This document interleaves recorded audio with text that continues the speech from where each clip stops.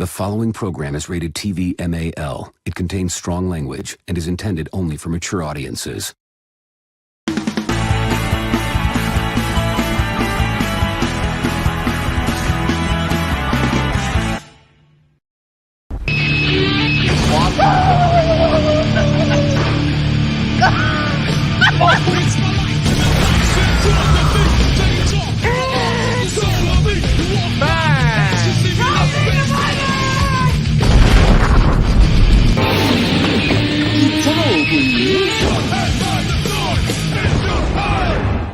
Oh, that Barney thing. Oh, I forgot I had to go on trial.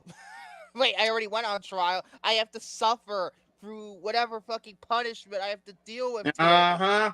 Damn it. Oh, yeah. By the way, votings are still open. I mean, I can either, tally them tonight or next week. And judging by the comment section, one of the movies for your punishment is actually looking a lot more popular. Oh, Jesus Christ. Anyway. Jesus Christ. Yeah, you're gonna need Jesus Christ after I'm done with you. That last thing it'll make your punishment even worse. Hi, Ben. A towel, please. I want to start off today. Oh, speaking of which, that scene right there, that is, amongst the list. The point is that I wanted to start off by reading something to you all because I found something that I think might interest somebody. Well, interest all of you, considering what today's events is. We have a lot to cover here. Are you serious, Ben? You literally just sent me something before Victor was about to... Let me check the live chat real quick because I can't get from here. Ben, what the hell did you send me now? Victor is going to suffer my wrath.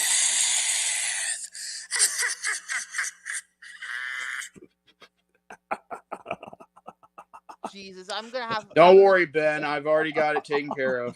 Anyway, this is a review from Rolling Stone of a certain film. This review came out earlier today. I found it, and I decided, hey, it's time for story time, and I'm gonna read it to you in its entirety. Here it is. I have the picture up here. Hold on a second. First off, let's just say hello to a few people in the live chat while we can, okay? We got Hunter, we got Jose, we got Hades, we got Purple Goblin, we got Ben, obviously. Yeah, I think that's it. Okay, go ahead. Okay, so let's read this review from Rolling Stone of a certain film because this review might surprise some people. It might not. We'll see. And I quote from Rolling Stone, Madam Web isn't as bad as what somewhat botched promotional campaign it might suggest. It is, in fact, way worse. A genuine Chernobyl-level disaster that seems to get exponentially more radioactive as it goes along. This detour from one of the dustier corners of Marvel's content farm is a dead end from start to finish. It is the Cats, the movie of superhero movies. Not a single decision seems of sound mind. Not a single performance feels in sync with the material. Not a single line reading feels if it hasn't been somehow magically auto-tuned to subtract emotion and or inflection. The sole amazing factor of this Spider spinoff is that someone, somewhere, signed off on actually releasing it. A showgirls of comic book cinema. And that's from Rolling Stone. Oh, boy. Yeah, let's face it, folks. Madam Web is getting bashed, eviscerated, whatever the fuck you want to call it, by everybody. How much does it have on Rotten Tomatoes? I believe it's at 16%. Yeah, remember, they can't be trusted. I know they're banned, but almost every single critic I've seen reviewing this movie has bashed the living shit out of it. Yeah, are you even that surprised? No, you shouldn't be surprised. This shit looked garbage from the trailer. Yeah, it just looks DOA upon arrival. Someone said, I think someone said it best. I think someone said, oh my God, what was the name? Oh yeah, they said Morbius was better than this. Yes. I Bob thought that. Marley, I think that's as funny. much of a mixed reception it's been getting, has to have better reviews. Let's see. 41% rating over 16%. Come on, it got better reviews. Of course it did. Of course it did. That Of movie course is it going to did. be a feud to the Spider-Man fans. I agree. Oh, Here's the thing: it's Sony's gonna fucking continue unless they get rid of that fucking license. Sony just needs to take it away from them at this point. This is the movie that's probably gonna do it. The Bob Marley movie is scheduled to make more money than Madam Web this weekend. That's how sad it is. People would rather go see Bob Marley than this movie. yeah. Well, That's sad. That is so sad. I don't know. Sony started off Columbia's 100th anniversary. This is Columbia Pictures' 100th anniversary this year. This is their kickoff to their 100th anniversary. And we begin with a stinker. And this is how you do it. Stinker. this is how you do it. No sing. As the same writers, guess what? The writers actually took their names off the movie. They have two other writers on the movie, and the Morbius writers took their names off the movie. That's how bad it is. They took their fucking names off. Wait a second. Hunter just said someone said that Morbius was better, and yet this has the same writers. I'm trying to explain that it did initially, but then they took their names off. It's like they knew that it was going to be bad. They knew. You know what's bad? When so far the consensuously best received movie of the year is The Beekeeper. Beekeeper. Wait, hold on. Too bad. Turning red as a box office bomb. Right, got re-released. Well, it's obvious. Yeah. Well, It really obviously, I'll is. tell you why. Because again, I mean, you can't expect it all to work. Being re-released to movie theaters when you could just watch it on Disney Plus. And even too, like even when we watched Soul in the theaters with a date at a time, I had a strong feeling that it was going to bomb, and look what happened. I'm bombed. telling you, this is what happens when they re-release films that that are already streaming on demand. Exactly. At least with the Avatar re-release, they actually took the fucking movie off Disney Plus for like a month so they can make money actually showing it in theaters. Yes, and they are meant to be seen in theaters. Yes, they are. So Now, at least James Cameron had the fucking right idea. That's all I'm gonna say. Now, to be fair, if we were to re-release classics, like what Jose said, like the Titanic or whatever. Now, Titanic already got a reissue last year. Well, here's the thing. Last February. We won't have. I don't think there would be any problems because again, this is why we need to pick certain films at the right time. And besides, this was not the right time for either Soul or even Turning Red to be re-released in theaters because again, they were already released on the streaming service of Disney Plus. What would be the point in going to a theater when you could just watch it while you're paying a subscription on Disney Plus? Yeah, I just think it's absolutely ridiculous considering it's so easily accessible. Maybe for movies that are less accessible, maybe put them in the theater. But if they're easily accessible on a Disney Plus rarely removes their movies. They rarely do. So you could see it at any point, any time. And that's why it bombed. That's why it bombed. I mean, yes, the film fans could actually see the movies as was intended to be shown originally in the theater. But of course, COVID fucked that thing. So obviously, people are going to sit there and watch it on Disney Plus. Speaking of Disney, Moana 2 is coming out in November 2024. The Rock is going to interfere with that? Utopia 2 in 2025. What about Inside Out? I think it's going to be coming out That comes out in July. No, July? Something Not like to that. mention the prices in the theaters. Toy Story 5 and Frozen 3 in 2026. Damn. And 4. Frozen. They're doing a fucking fourth Frozen for some reason. Wait, a fourth one? What the? Yes, they greenlit the fourth one. Yes, they are. Yes, they are. Oh my god, this is gonna be bad. Yeah, I'm tired of Frozen. I've been tired of it since the first one. I got no problem with Frozen. I just think simultaneously releasing 3 and then 4 in the same year, dude. No, 3 and 4 are not coming out the same year.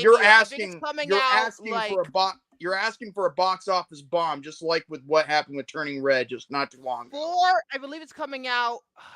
it's supposed to come out 2026. So I'm gonna say Frozen 3 is gonna be out by 2029, but that's a long fucking time from now. I'll be in the wrestling business. Oh wait, are you by that time. serious? Oh, you gotta be kidding me! This is Dead Reckoning Part 1. You were expecting yeah, it's gonna bomb. It's one continuous story, so that means they're gonna split it. It's basically a 2-part story. Wonderful. Yeah. So there is no. Yeah, So bomb. wow. Bombs all around. Comes out the same day as Bad Boys 4. Oops, they might be in trouble depending on how Bad Boys. Wait, they 4 are? performs. Yes, it comes out the same. Wait day a minute. Wait a minute. Does it have the cops theme like Bad Boys, Bad Boys? Yes, at least the first What you one gonna did. do? The What you third gonna one do? did. I'm not What sure about you the, gonna no, the do second when one they did come too. for you? I love cops. I do I too. like watching cops. And every I know once in a some people are while. gonna be like, "Oh, if you love cops, then you hate people that are being discriminated." Shut the fuck up. Yeah, come on. Don't It's pull a that shit with reality me. show. Calm down. It's both a comedy and a great cop show. The comedy is the reason why you watch Cops or Oh, yeah. Live Like, let me PD, tell you something. You want to know what a good comedy, bounty hunting comedy I've seen? Look at go to YouTube. Dog the Bounty Hunter. I don't fucking know. No. Oh, You dog, I don't remember interrupt that. me when I'm trying to explain here. This is what happens because you come out with this dumbassery. What's next? I'm white trash and I'm in trouble. Oh my God. Yeah. Okay, big that was boy. funny. No, there's a person on YouTube called and I'm not making this up, called Patty Mayo. I'm not kidding you. And he's Police also make pretty good music. Yeah, there's this guy on YouTube called Patty Mayo. I mean, you can go on his YouTube channel and you can see all the people who he rounds up. And let me tell you, most of the people he rounds up is so awesome. Think of it this way: the way people like Cops is the same people who enjoy watching To Catch a Predator because it's a comedy. Right. I it's the same type of was on my stick. way getting a cupcake. Cops is filmed on location with the men and women Of of law enforcement. All suspects are innocent until proven guilty in a court of law. Everybody remembers, that whole thing with DDP 445. And I'm not gonna lie. EDP. I'm telling you, the moment he says, "I was on my way getting cupcake," and people were remixing that. Okay. That's funny. So I want to talk about now. Let's talk about something that happened on Sunday night. Let's talk about Okay. that. Oh boy. I'm gonna mute my mic for this. Same I here. suggest you do too. Victor, go Vic. ahead. Okay. Floor is yours. As everybody knows, the Super Bowl was on Sunday night on CBS, and the NFL has shown their true colors. You might want They to really take the glasses have. off, Victor. Huh? This is gonna get serious. You might. Right. I have to take the fucking glasses off. But here's when the glasses comes off, shit gets real. But the point is that they showed their true colors on Sunday night because I thought for the longest time the 49ers were going to win this game. And I thought, hey, if that's the case, hey, you know what? The Super Bowl will actually be tolerable this year. It would actually be okay. The ads weren't that great. I'll get to the movie ads later on probably. But in the moment at first, it was good. That is until we went to the fourth quarter. Then it went to overtime. And then those Kansas City bullshitters, I can't even call them the Chiefs, they're bullshitters, won the game with a fucking touchdown. Oh, gee, I wonder why they won that game. Please tell me why they won that game. Because Taylor Swift. I wasn't talking about you. I was talking to you. I'm talking to the audience. I know. This whole shit between Travis Kelce and Taylor Swift has pretty much killed the NFL altogether because they don't care about the integrity of the game anymore. They only care about this bullshit relationship. And if they want to be in a relationship, that's fine. But the problem is the overexposure by the media to this relationship because Taylor Swift is the biggest thing. Fucking Swifties loaded jizzing in their fucking pants on Sunday night. The point is that I'm kind of tired of seeing Taylor Swift everywhere. Can I at least have a break? in the fucking movie theater. Fucking the Eras Tour movie was one of the highest grossing films of last year because that's how much 2023 sucked in terms of movies. And the music is everywhere. She has a new album coming out, which has one of the most pretentious titles I've ever heard to any album, The Tortured Poets Department. That's the name of the album. You know, it wouldn't surprise me if they showcase Taylor Swift at WrestleMania. Oh, for fuck's sake, don't give don't give Triple H any ideas. No, Don't give The no. Rock Well, any the thing, ideas well, either. no. You know, it's funny you say that. He even said during a press conference, like, "Don't ask me about Taylor Swift," and people were just laughing. And the thing is, it's not Triple H's decision. It's not really Triple H's decision. He's head of creative, yes, but the person that has to go through would have to be Ari, I believe. The head of the board of the chairman of the board of TKO. Chairman of the board is Ari Emanuel, isn't he? Yes, that's the one, Ari Emanuel. But yeah, and it's the most watched telecast of all time, reaching 123.7 million viewers. Oh, gee. I wonder how many of the audience is not really true. Most of the audience isn't actually real football fans, and rather Swifties beating their meats or other genital areas every time they cut to her on screen. How many times did they cut to her on the fucking screen? Oh my God, they cut to her like 10 times. They okay, well, that's an overstatement. That's my point. It's the fucking thing is, NFL. I think they cut to her like I think they cut to her like maybe 8, 9, or maybe 10, just like William said. I don't know.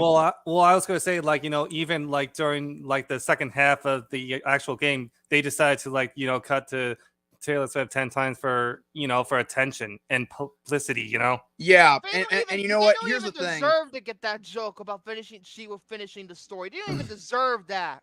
Oh, yeah, I'm sorry, I can't go with that joke. Yeah, but Tyler, really. But here's the thing. Funny thing enough, I want to give this, you know, shout out to Brandon Martin, you know, and thank him for allowing me to, you know, to host that, you know, live reaction.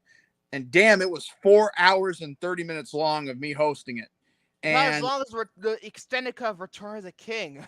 And let me tell you, it now, as of right now, it's reached over 294 views. So anybody who was watching the Super Bowl while watching the stream, I think, you know, the numbers of the ratings, maybe they're not fake, but I will tell you this though, every time they kept cutting to her, I had this strong feeling that the Chiefs were gonna win, because again, I know, and they didn't even really cut to her that much in the first half of the game. It's the second half when CBS became that's when you know things are starting to get a little suspicious. Yeah. I don't even believe in conspiracies, but I genuinely believe this game was rigged from the very beginning. I agree, and the thing is, to me, it looked like an even playing field, but that's the whole point. They made exactly. I knew it was gonna. I called it that they were gonna make it look good. They were gonna make it look good, but it's still rigged at the end of the day. Kansas City queefs. Oh yeah, someone made that joke. Like, you remember that? You know, in fact, someone even called Roman Reigns the tribal queef 1 year ago during the Rumble. No. There was a sign there at the Royal Rumble last year. That's where it all started. Oh, geez. But yeah, it's not even really her own fault. Oh, and if you don't know what a queef is, it's when a vagina starts, you know, farting. Yay! So yeah, it's like when a vagina does some flatulence. Show me the money. Not when the NFL's around. Oh well. Unfortunately, I got some bad news to share with all of you. There will not be Bowling with Jordy stream or premiere this week because I was unable to go to the bowling alley for 2 reasons. One, my friends Nate and Emily, they got sick, and 2, my dad and my mom already took the dogs to get, you know, them bathed and, you know, their claws / nails, you know, cut. And yeah, there was not enough time to, you know, to get in one game or even try to do one vlog, but it's okay. There's always next week. Yeah, I was going to say, yeah. So yeah, this whole bullshit, it shows the NFL showed their true colors, and the Chiefs are now the most hated team in the damn league, even more than the fucking Cowboys. How sad is that when the Cowboys are less hated than the Chiefs now? How you know what they're like right now? They're What? like, hey, better you than us. And it makes sense, to be honest with you. This is what the NFL's at the beginning of the But- game. This clip about the. I, Yeah, you know go what's ahead, so sir. sad? I even did a coin toss, and you know the tails was obviously Chiefs, and guess where it landed? Tails. It landed on tails. This is what the NFL was like during that whole thing. It's like it's one bad. It's like one Oh, bad hi, omen Bowser. after the other. It's like one bad omen after the other, and you know, my coin toss was like nearly a side effect of what was going to happen later. So the NFL, my final message to you: you could suck a big fat fucking Dick.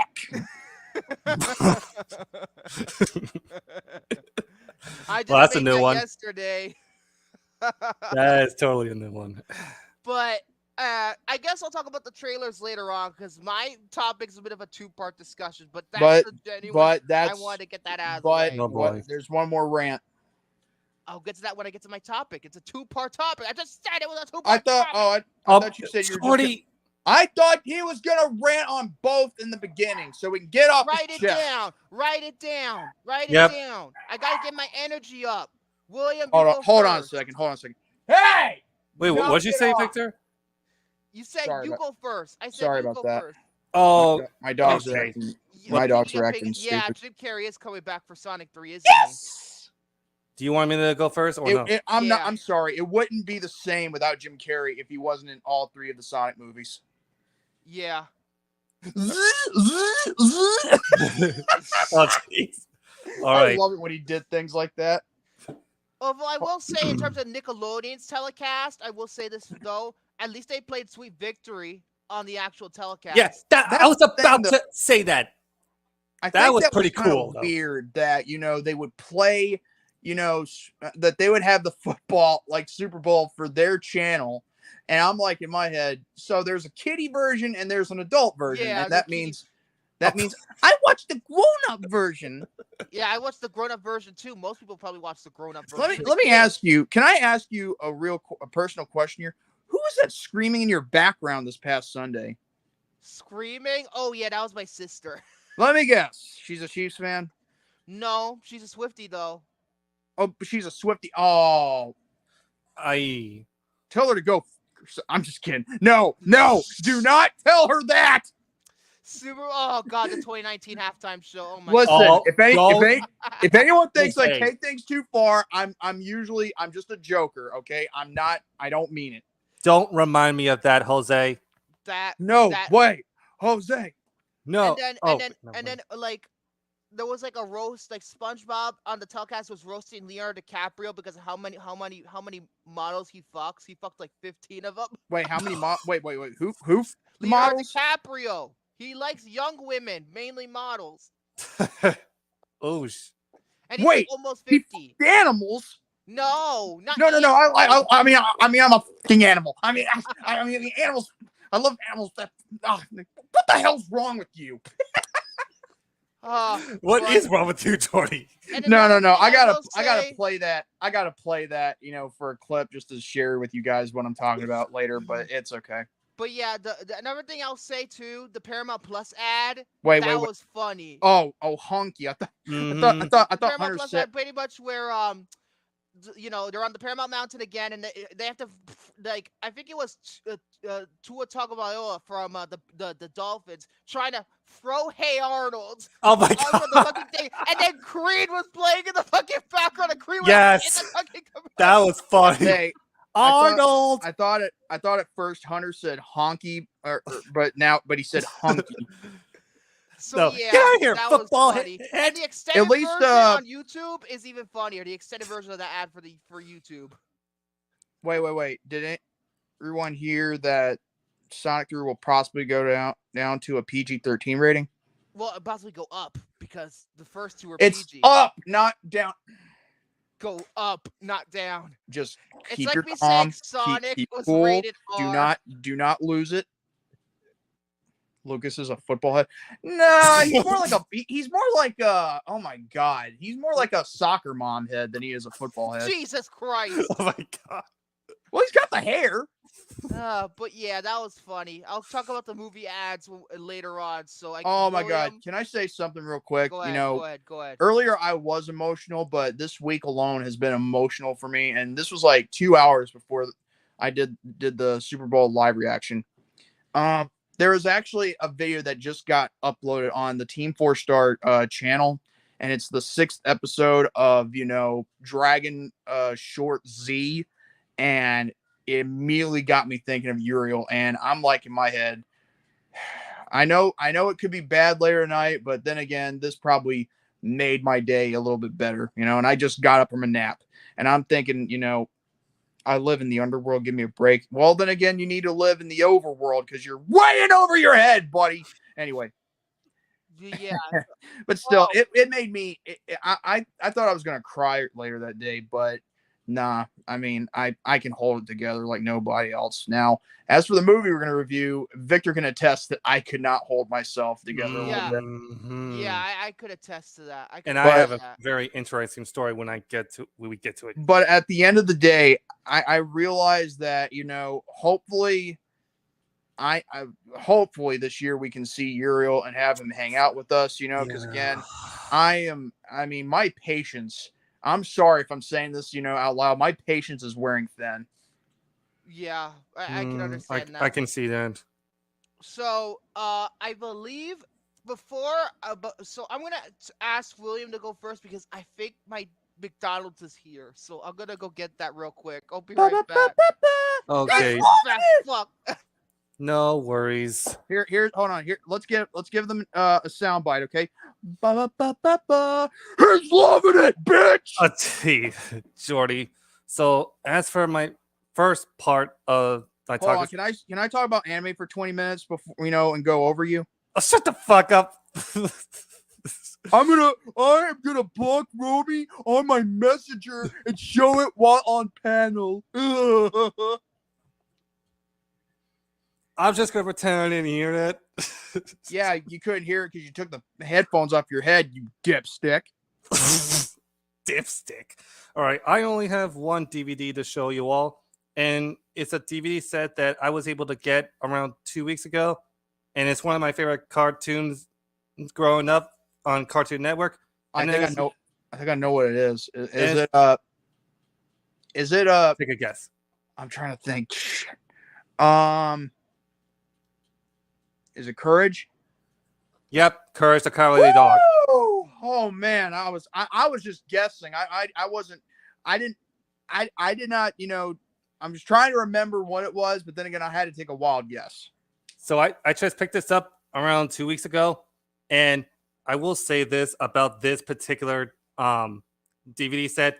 It doesn't come with the pilot, which aired at around the same year I was born in, which was 1996. And they also didn't include the crossover with Scooby-Doo, if you remember, Jordy. That was a standalone film in and of itself. Yeah, and you can actually buy the separate DVD of that special film where Courage and Scooby are. The fact that they're having a crossover, I'm like, dear God. Yeah. Well, it makes sense. Well, I don't know what's better, that one or the recent death battle between Scooby-Doo and Courage.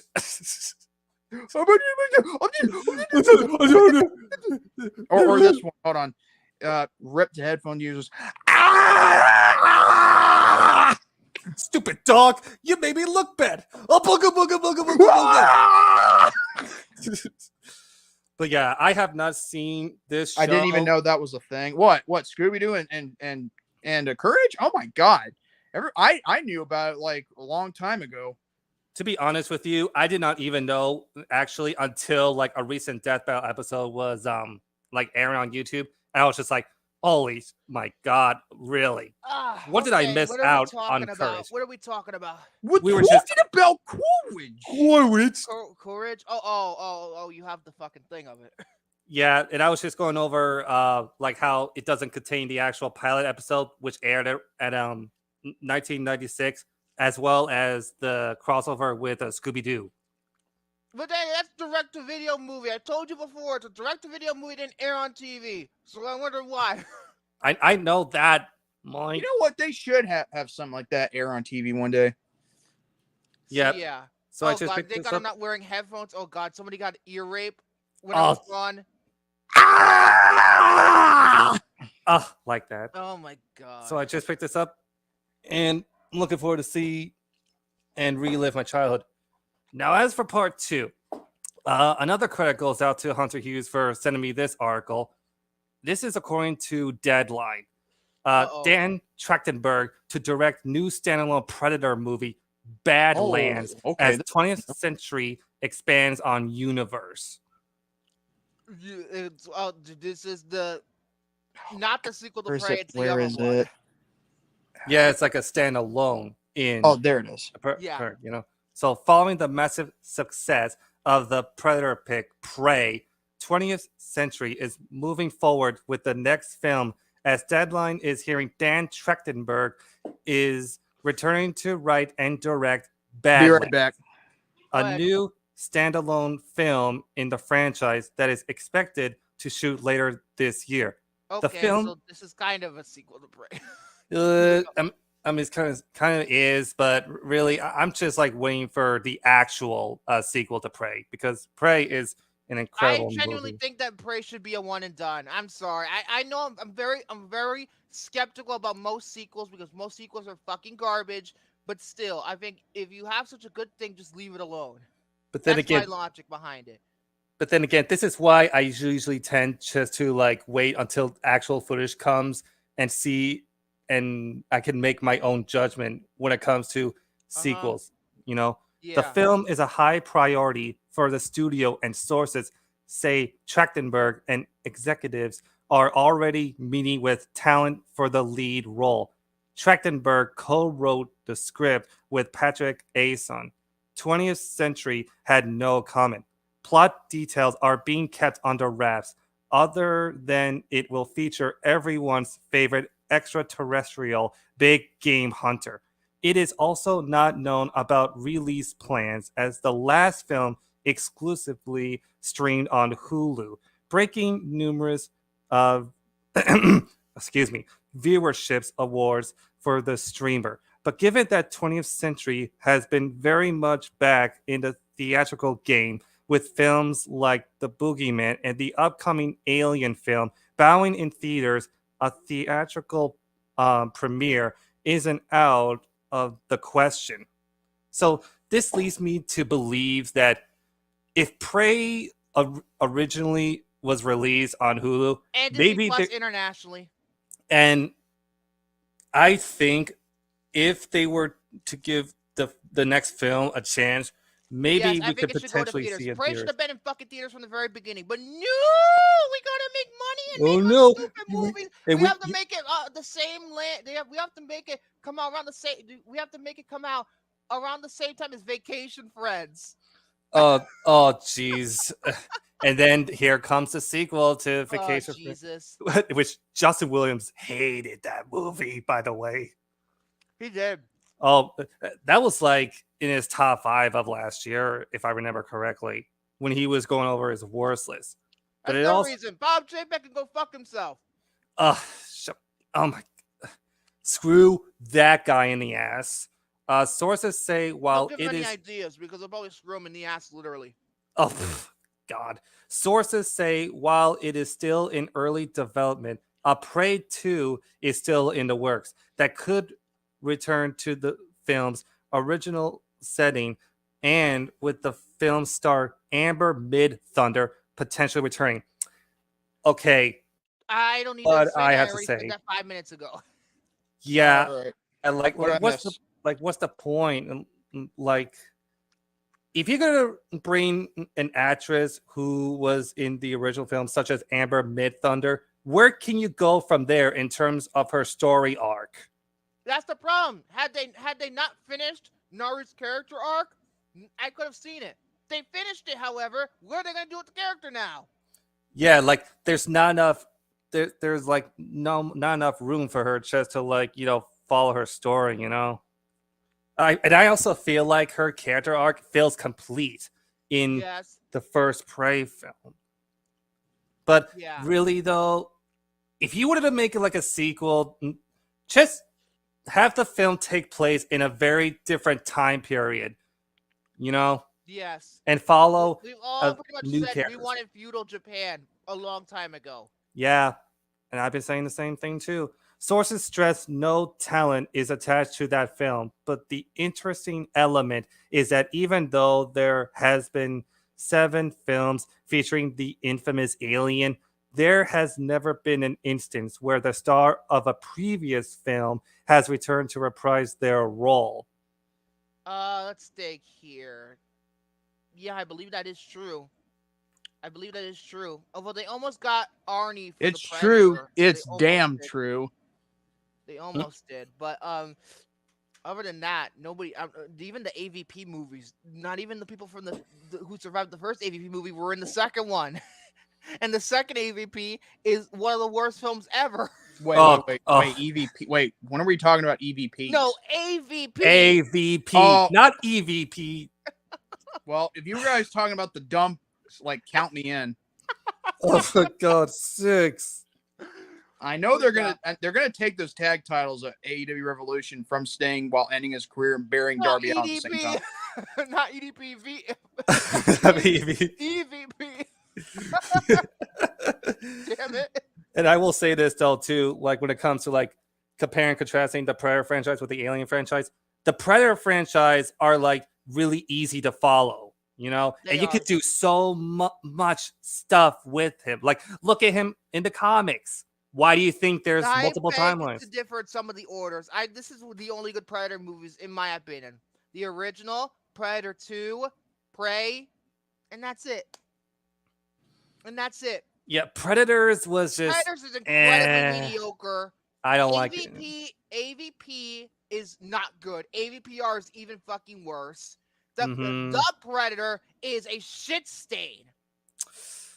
Shit stain can be actually like be an understatement too, especially with how a certain aspect was told in that movie. It was a disgrace. Oh yeah, they used autism as a plot device. Thanks, Shane Black. Yeah, come on.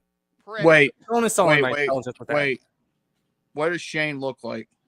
No, Shane Black, the director of the Predator, not Shane. Our Shane, not. Oh my God, Jordy, Oh. do I have to check Write the it ears down. for you? Write it down again. I'm just simply saying, is he his last name's Black?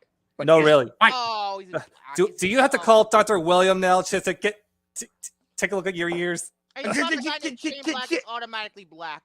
Let William finish. I agree. Oh my God. And even too, like, I was talking to our good buddy Tanner in the film forum, and I do think like the odds of like having like, a trailer for the next Prey movie can possibly win us over, but we don't know for sure because it's still in the works. And we don't know when the actual footage is coming out. So we'll have to wait and see on that one, Yeah, I agree Let with that. William finish the story.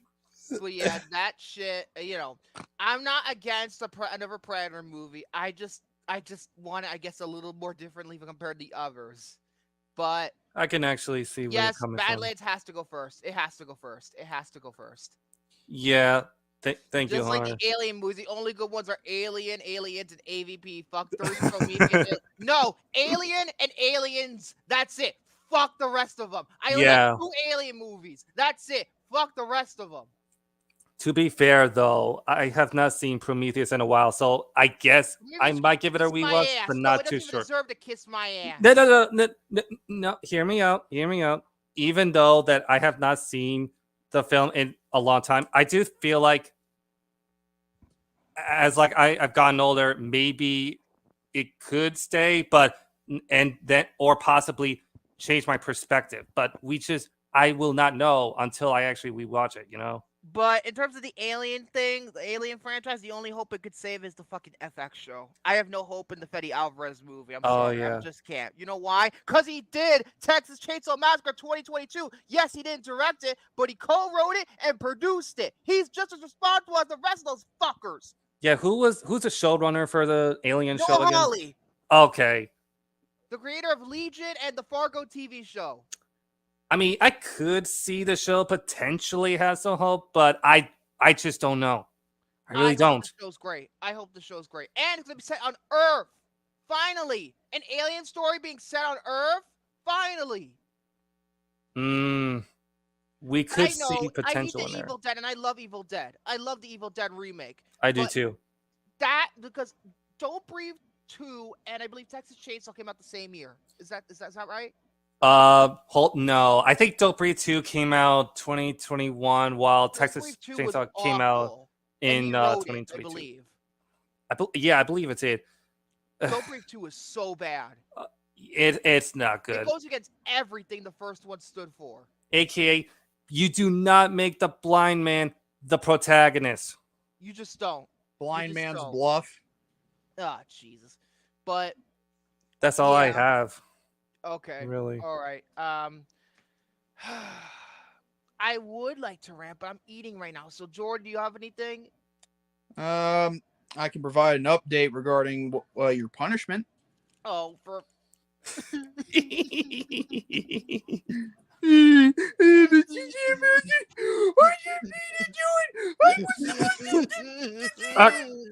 What's the matter with you?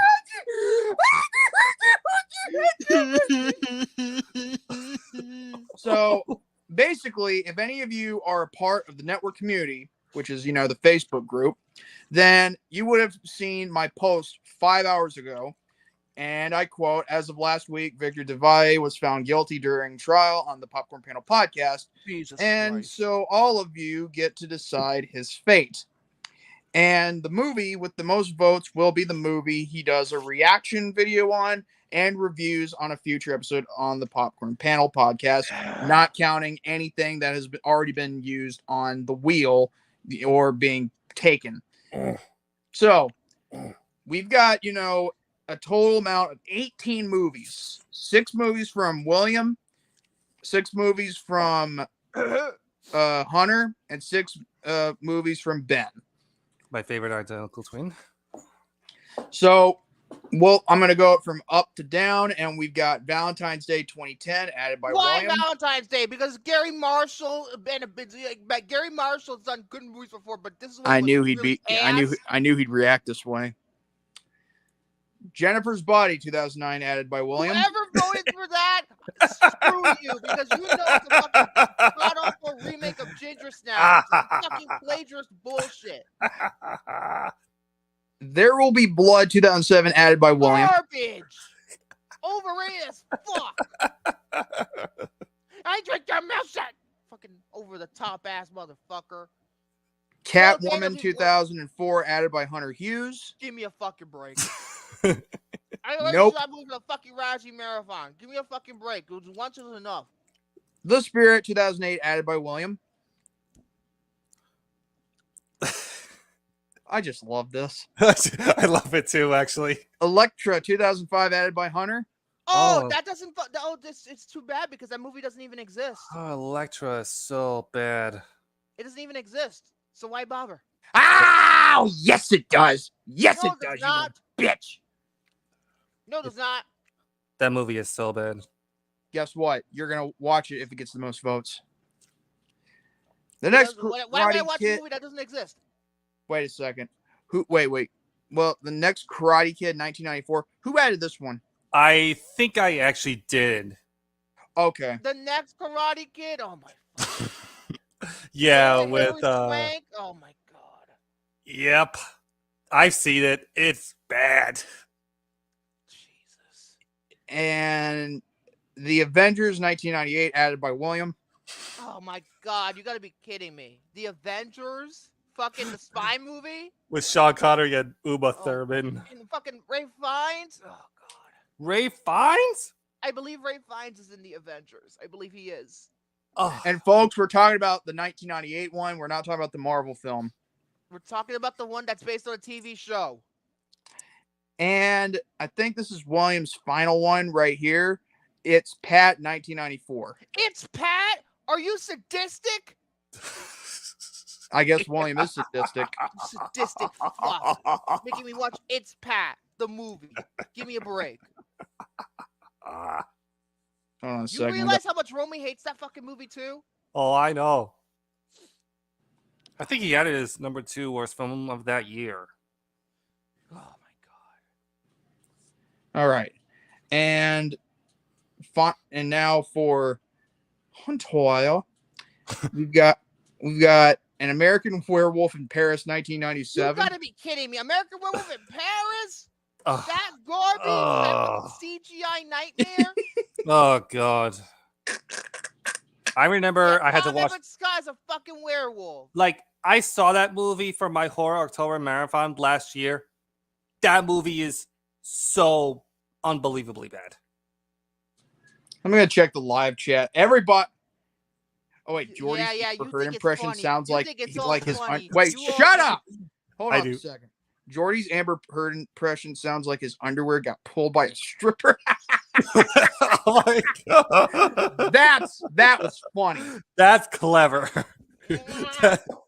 Okay, I bet. Wait. Oh, Jose mentioned Amber Heard 2.0 because I did that impression of her crying like, oh, I did it. Oh, Jordy, he's the abuser. I'm trying to do it.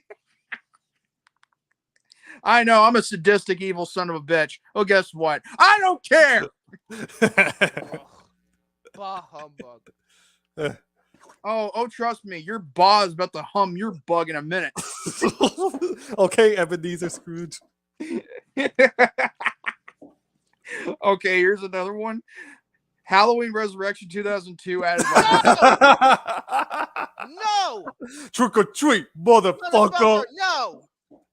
The scene with the movie with this scene, the movie with this fucking scene right here, this one. This is for Jack! This is for Rick! For all of them! Hunter, I swear to God, if you make me go through that scene Oh my one more God, fucking that's time. oh man, that's terrible. That's from Halloween Resurrection. But That's a it's too scene- bad he put it on there. Hunter, you sadistic God sucker. All right, and here's Ben Wellner's The Okay. Victim, mind you. Barney's Great Adventure 1998. You're the one who put it in the intro. Yes, but I thought it was funny. Oh, here's Lucas's guilty pleasure. The Cat in the Hat 2003 added by That's the Ben. only movie on this list so far I can fucking tolerate watching. I can't. Honestly, I don't mind it. I just know it's not better than The Grinch Who Stole Christmas. I lost This my is for those Rob Zombie remakes. This is for Halloween Ends. I lost my sanity watching the Cat in the Hat. Shut up. Okay. Grease 2, 1982 added by Ben. No, I'm not watching no fucking Grease 2. The first Yes, you Grease, though. are if it No, gets the I'm most not. votes. The Yes, first- you will if it No, gets the I'm most not. votes. Yes. No. Yes. Well, fine then. I'll come over there in the Bronx and I will beat your ass until you watch it. No. Then shut up. I hate musicals. You know I me. I hate them. musicals. Guess what? My ass can do a better musical than you. Yeah. Put some adult diapers and take it like a man. Yeah. When I get there in the Bronx, I'll tell them you're gonna take it like a man. Yeah. Oh my God. Put some adult diapers. Oh. Okay. You know, this is kind of a weird film, despite it being released on the same year as the 9/11 attacks. But okay. Pearl Harbor 2001 added by Not Pearl Ben. Harbor. Give me a fucking break, man. I'm not blaming Michael Bay for how that movie turned out. It's fucking Blame Touchstone, yeah. fucking Disney's ass. They were trying to force him to put a love story in there. It's almost like they added like a mandatory like little They wanted aspect to just make it to a add it in there. Titanic clone. That's what they said. They wanted Yeah, to make their that's- own Titanic. They were so petty that Paramount and Fox made so much money, ironically, because fucking Fox now Yeah. Disney technically owns Titanic now because they co-own the rights with Paramount because they Fox. Yeah, just watch the actual Titanic for God's sakes. All right. Next one. Movie 43, 2013, added by Ben. No. Yes. No. Like that face Mario made. Okay. Here's the final two from Hunter. House of the Dead, 2003, added by Hunter. You gotta be fucking kidding me. You want me to put fucking Uwe Boll? You want me to watch some fucking Uwe Boll bullshit? What's next now? And when I review the movie, he's gonna fucking challenge me to a fucking boxing match. You're gonna beat the shit out of me? Jesus fucking Christ. And no, he actually did that to his critics. Uwe Boll did this in challenged real his life. critics to a boxing match? Yes! And he not posting them out. I wish I was making that up. Why is it so funny? Because that's stupid. He did that because he doesn't fucking handle That's like me criticism having well. to challenge every He's the fucking person. guy who did Hold up Free a to second. Prove Blood That's Money. like me challenging every person that I've ever crossed paths with, and they've come off as a negative to me challenging them to a boxing match. It's not happening. Yes, he's able to make more money on a flop than a hit. That's right. Because the fucking German financiers are bullshit. Okay, and the last one added by Hunter is Alone in the Dark, 2005. Another Oh, movie? This is fuck two that Uwe Boll movie. movies in a row. Fuck that movie, dude. And the last one added by Ben is The Ridiculous Six, 2015.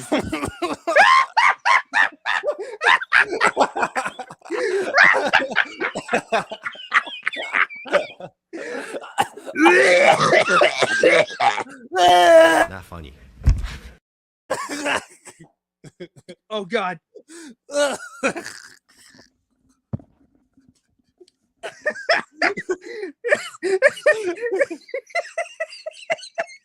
Why?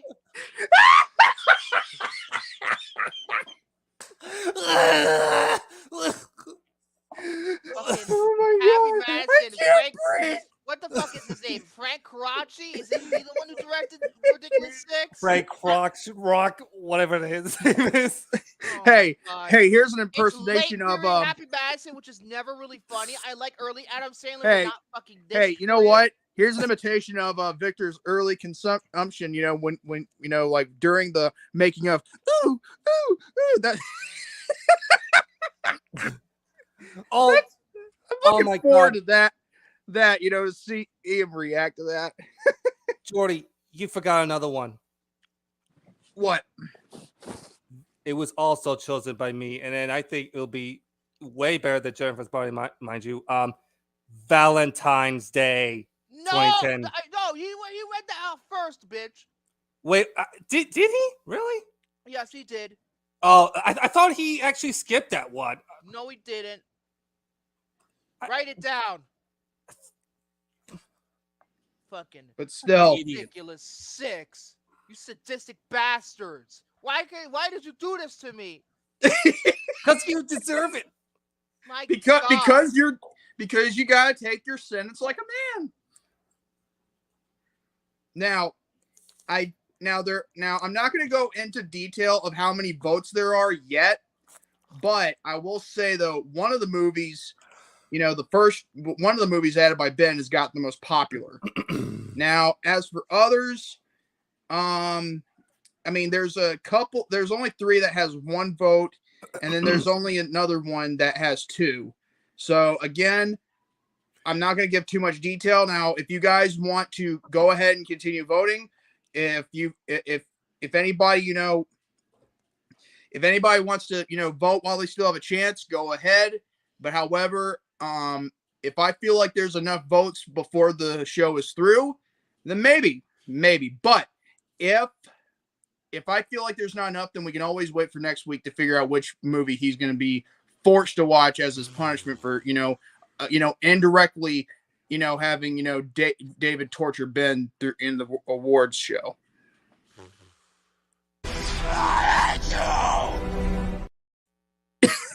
And I hate you too.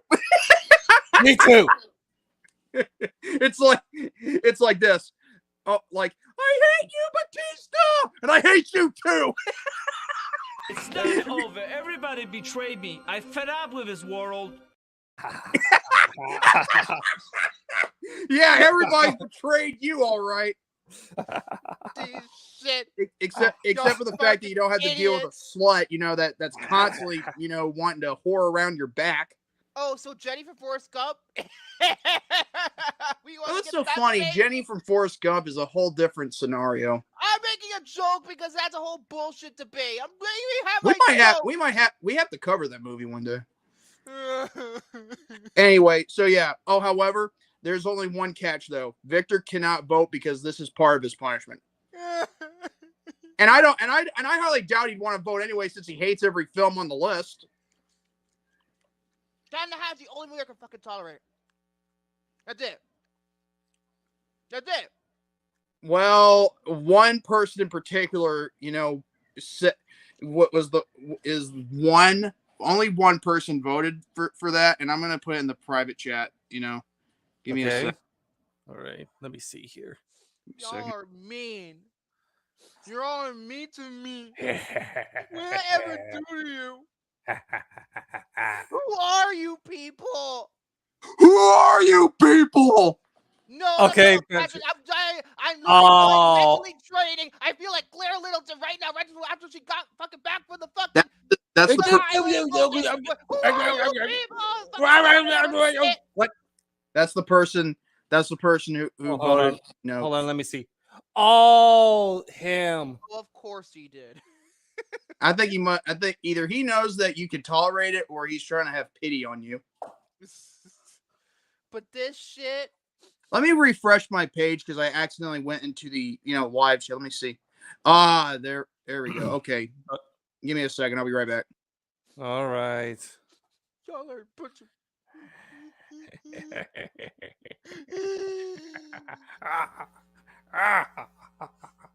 You're all mean to me. All right.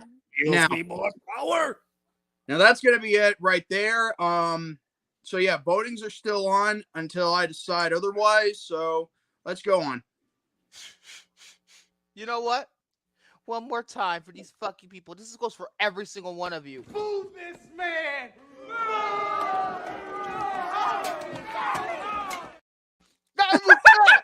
Dave Chappelle.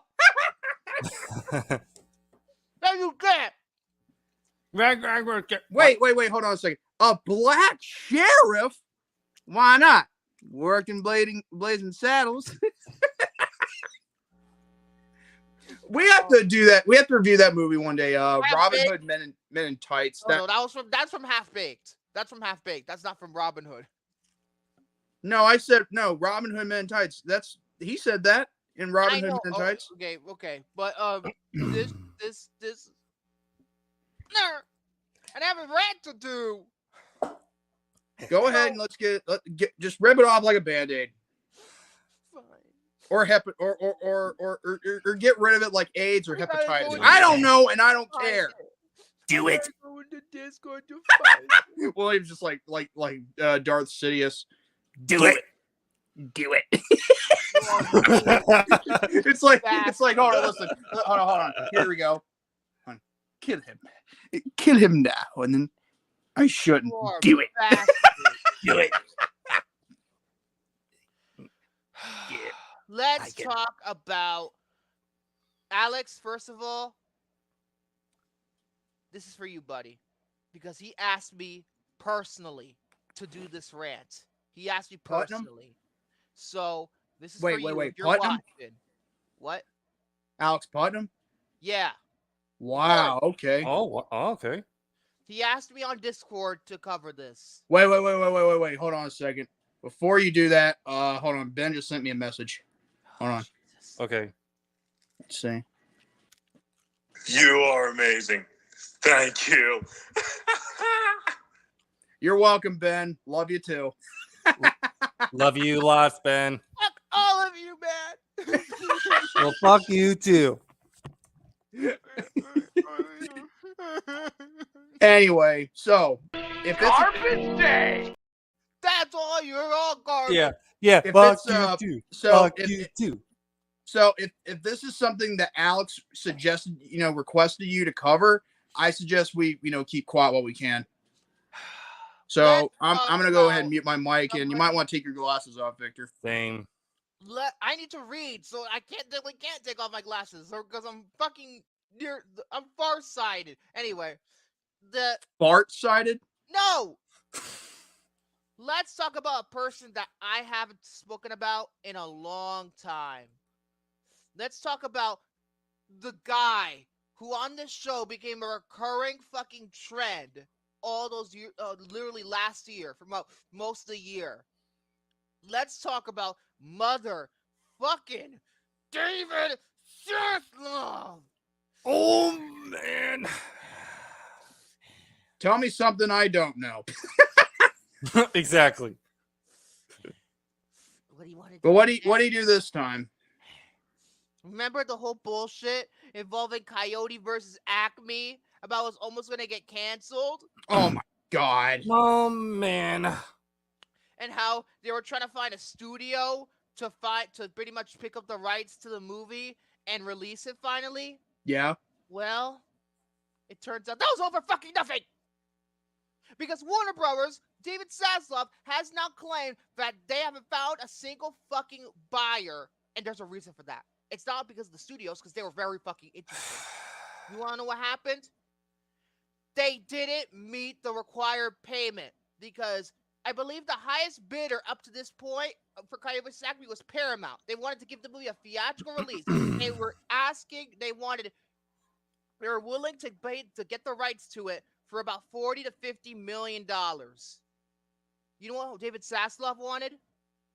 $75 to $80 million just to get the rights to the fucking movie. Are you shitting me right now? Are you serious? Yes. Hold on a second. Hades.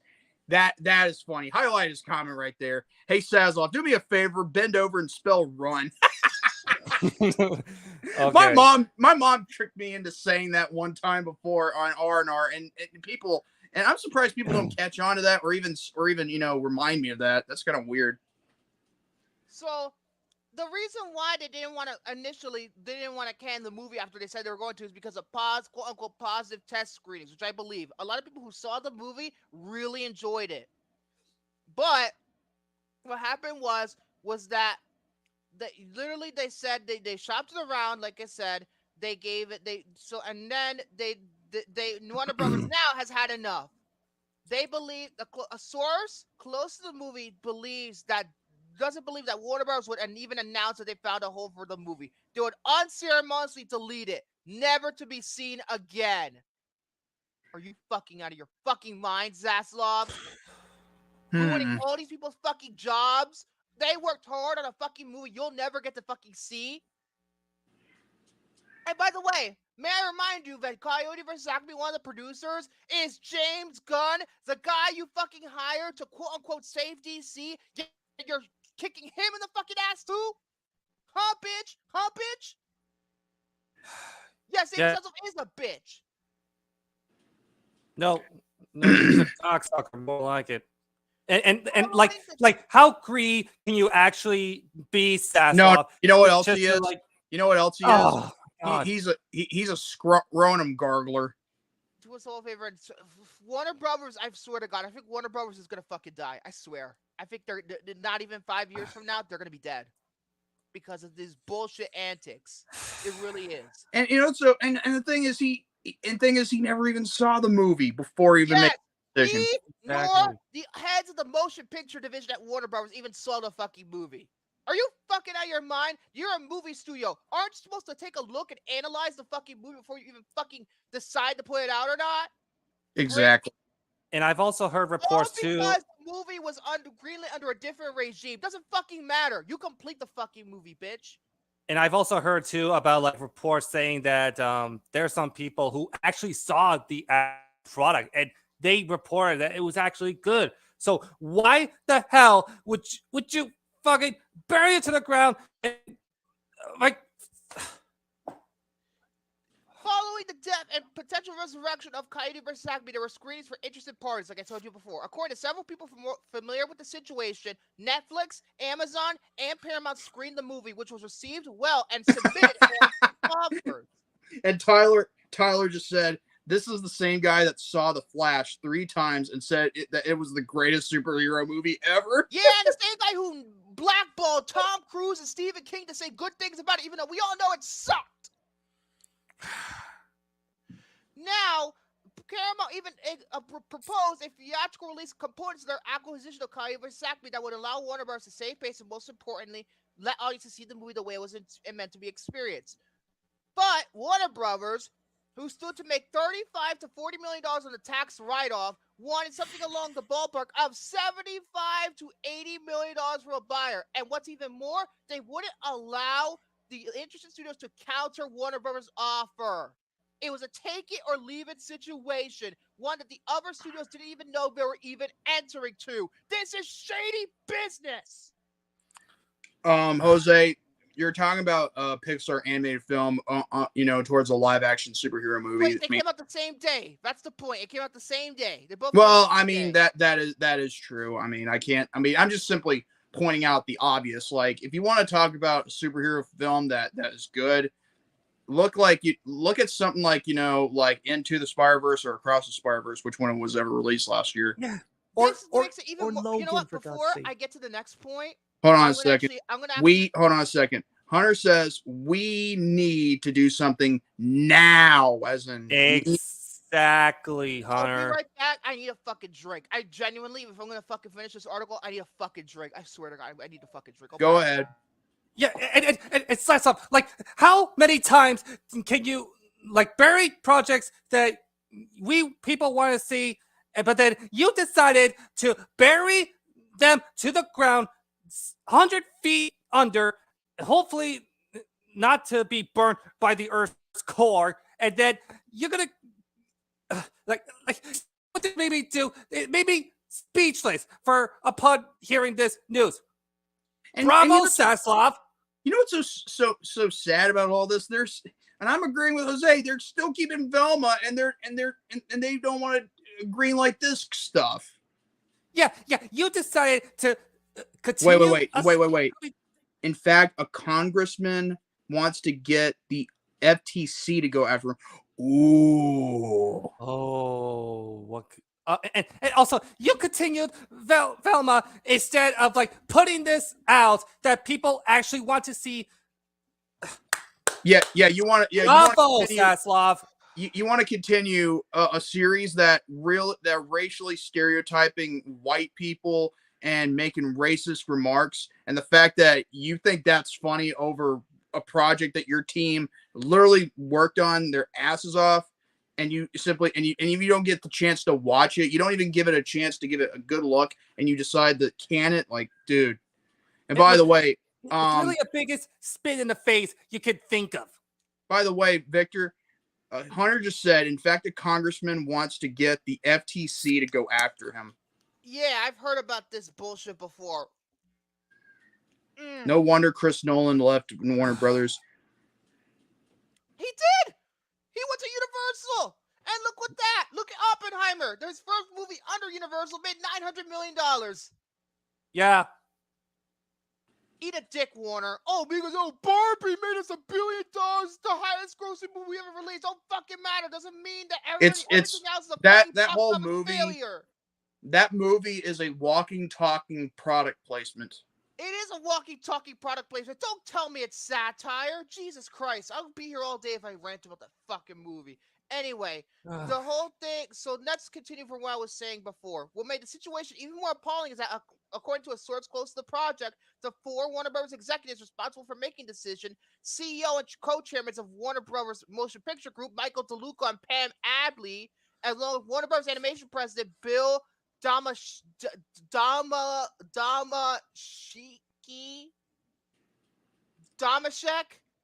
and embattled and president of Warner Brothers Discovery, David Zaslav, hadn't even seen the finished version of the movie. Zaslav never saw the movie at all.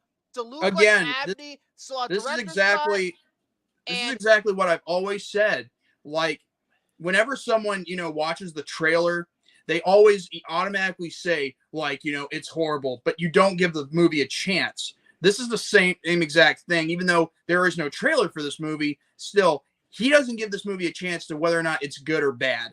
Significantly, Coyote vs. Acme was developed and greenlit by a previous regime.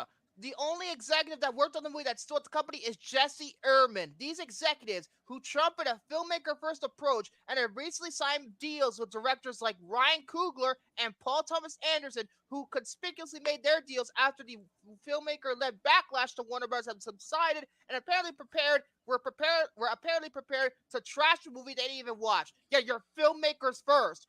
Yeah, you're gonna fuck them over in the ass too, huh? You're gonna fuck PTA over too, huh, Warner? Okay, so and one of those who worked on the movie, it was personal to him. Yeah, I'm gonna get to that. Trust me, I'm not. Hold on a second. Then there's pay dispute. That's what happened. Oh, by the way, Mandy Allen, wait, she's not reprising her role as discussed for the second film. Payment dispute. Oh, that. Oh, okay. Sorry. Let's hope let's hope the WB merger with Paramount will not be happening. Oh, for the. Don't remind me of that stupid fucking. Wait a minute. So, if there's a merge between Paramount and Warner Bros., they're in talks to potentially merge because Paramount. No. Hear me out. If that happens, wouldn't that mean there'd be like mergers with Cartoon Network and Nickelodeon? In a way, yes. Damn, dude. Oh my shit. Yeah, that's love gonna ruin everything. You gonna bury Nickelodeon too, huh, bitch? At least Paramount common sense. Soren, I'm going to tell you the truth, buddy. Common sense doesn't exist anymore. And I'm going to tell you why. It doesn't, especially with the fucking you guys remember, when Gary would poke fun at me with the whole common sense thing because I asked him, what is common sense? The thing is, it started out as a joke for a little while, and people would go at me with that. Same thing with the credit and debit thing. The thing is, I like making comments like that just to get people on me, just so that way we can have a good laugh. Okay. Yeah. But here's the thing. When I asked him, what is common sense? It's no longer a joke. It's a fact. Yeah. I bet you anything that David Zaslav doesn't even know what common sense is in the dictionary when he was going to school. Okay. Stephen Hellenberg, if he was still alive, he would the merger did happen, yeah. And Hollywood would implode. He's rolling in it. Online is apparently shit. Hold on a second. Hollywood would implode. And Hellenberg is rolling in his grave right now. Yeah. Exactly, Hunter. I hope that merger doesn't go fucking through. I hope to God not. I hope. Please oh my don't God. do this. You know what? Anyway. You know what I hope happens one day? What? I hope Warner Brothers gets bought out by Disney. I hope. Honestly, they fucking deserve it. I mean, I know that sounds evil and very, very, very bad for me to say, but then again, the lesser of two evils, I'd take Disney over Warner Brothers. I would too. I don't care what anybody says. Warner is more Disney. Yeah. And here's the thing, Zaslav. Victor has mentioned this so many times. You give Warner Brothers a bad name. Yeah, it's just fucking ridiculous. Publicly. Wait. Maybe Disney could revive the movie. Or I need Disney is another fucking asset. Well, here's the thing. Fucking Warner, I think, is losing even more money. How many bombs did they have this year? So many. They had House Party bomb. They had fucking what else? The Flash bombed. Shazam 2 bombed. Aquaman 2 bombed. Yeah. Color Purple. What else? Oh, Godfather, you just came at a bad timing, buddy. Oh, Zaslav's asshole. It's okay. You can still stick around, buddy. It's simply another sad. It's simply another Zaslav rant. Blue Beetle bomb too. Yeah, that also bombed too. But let me stop getting sidetracked. Even so, the reason for Coyote vs. Acme's cancellation remains damnably unknowable, even to those who made the movie. Publicly, Warner Bros. Blamed their decision on the quote-unquote global strategy to focus on theatrical releases. Yeah, you were going to give the movie originally a fucking theatrical release, you fucking hypocrite. And initially indicated it would take a tax write-off on the film, which is based on a New Yorker article from Ian Fraser from 1990. The problem, it seemed, that the movie was not strong enough for a theatrical release and didn't fit anyone's streaming strategy. Bullshit. Ugh. And of course, they mentioned the whole thing that has happened before with Batgirl, and when they weren't sure what. Okay, according to a source close to Coyote vs. Acme, getting rid of a wholly finished movie before became an acceptable means of dealing with a problem. Are you fucking kidding me? Getting rid of a wholly finished movie becomes an acceptable means of dealing with a problem? That's how you deal with a problem? Putting a movie in the fucking trash? That's bullshit, man. They Art for finished the art's movie. sake, You didn't even give it a chance to watch it. You old. Oh my god. Exactly. Art for art's sake. I'm trying not to say anything derogatory. You know, like Fuck it. that's. I don't care. I'm going on Hinge because David Zaslav, he's the Yeah, well, creator thing of is, my the existence. derogatory term I would have referred to him would have been very bad. This bitch needs to just fuck off. But I will say though, he needs to get his head out of the sand. You know. When they weren't sure what to do with Coyote vs. Acme, which originally had a release date, later claimed by Barbie. That's right, Barbie took the release date for Coyote vs. Acme. The option was to simply disappear. This option to simply disappear at least was taken at least for a few days. What made the situation with Coyote vs. Acme more baffling is that unlike Batgirl, the film constantly received great scores from test Look at all those audiences. budgets right there, though, dude. Oh my shit. Several Warner Bros. Executives have gone their way to claim Batgirl was unreleasable. That simply wasn't the case with Coyote vs. Acme. But Warner Bros. Proclamation that the filmmakers could take it elsewhere was dubious at best. Back when the announcement was made that the movie wasn't totally dead, a source close to the production remembered thinking maybe they'll try to run it off the clock. Throughout the process, Warner Bros. Refused to share specific details with the filmmakers about the proposed deals and Warner's rejection of those deals.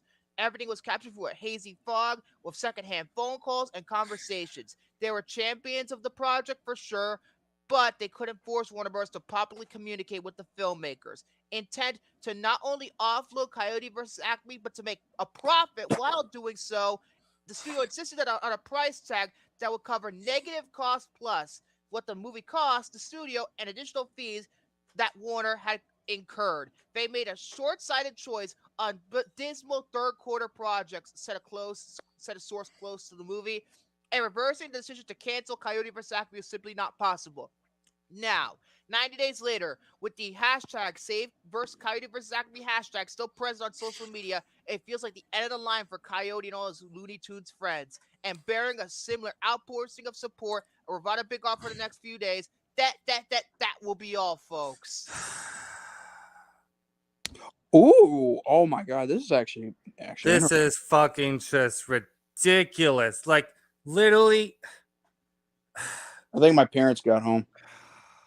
These motherfuckers, man. I hate Warner. I hate them. You know what? That's kind of unfair because the thing is, it's not Warner; it's just Zaslav. He's Warner. He basically made Warner. He's the main. Listen, Victor. He's the main problem. And guess what? He's the head of the whole studio. Yeah. So guess what? You know what? Let me tell you this. You know how to kill a snake, right? What? You chop it off by its head. So you kill the head of the snake. This shit. I mean, unless Zaslav dies, then we're in the ass. It's gonna be fucking. Oh my god. Warner. But then again, if you have a congressman involved, yeah, this is going to be really bad. Yeah, there was a guy from the Federal Trade Commission who wanted to possibly give this to fucking court. Put this to fucking court because technically what he's doing is kind of illegal. Yep. Yeah.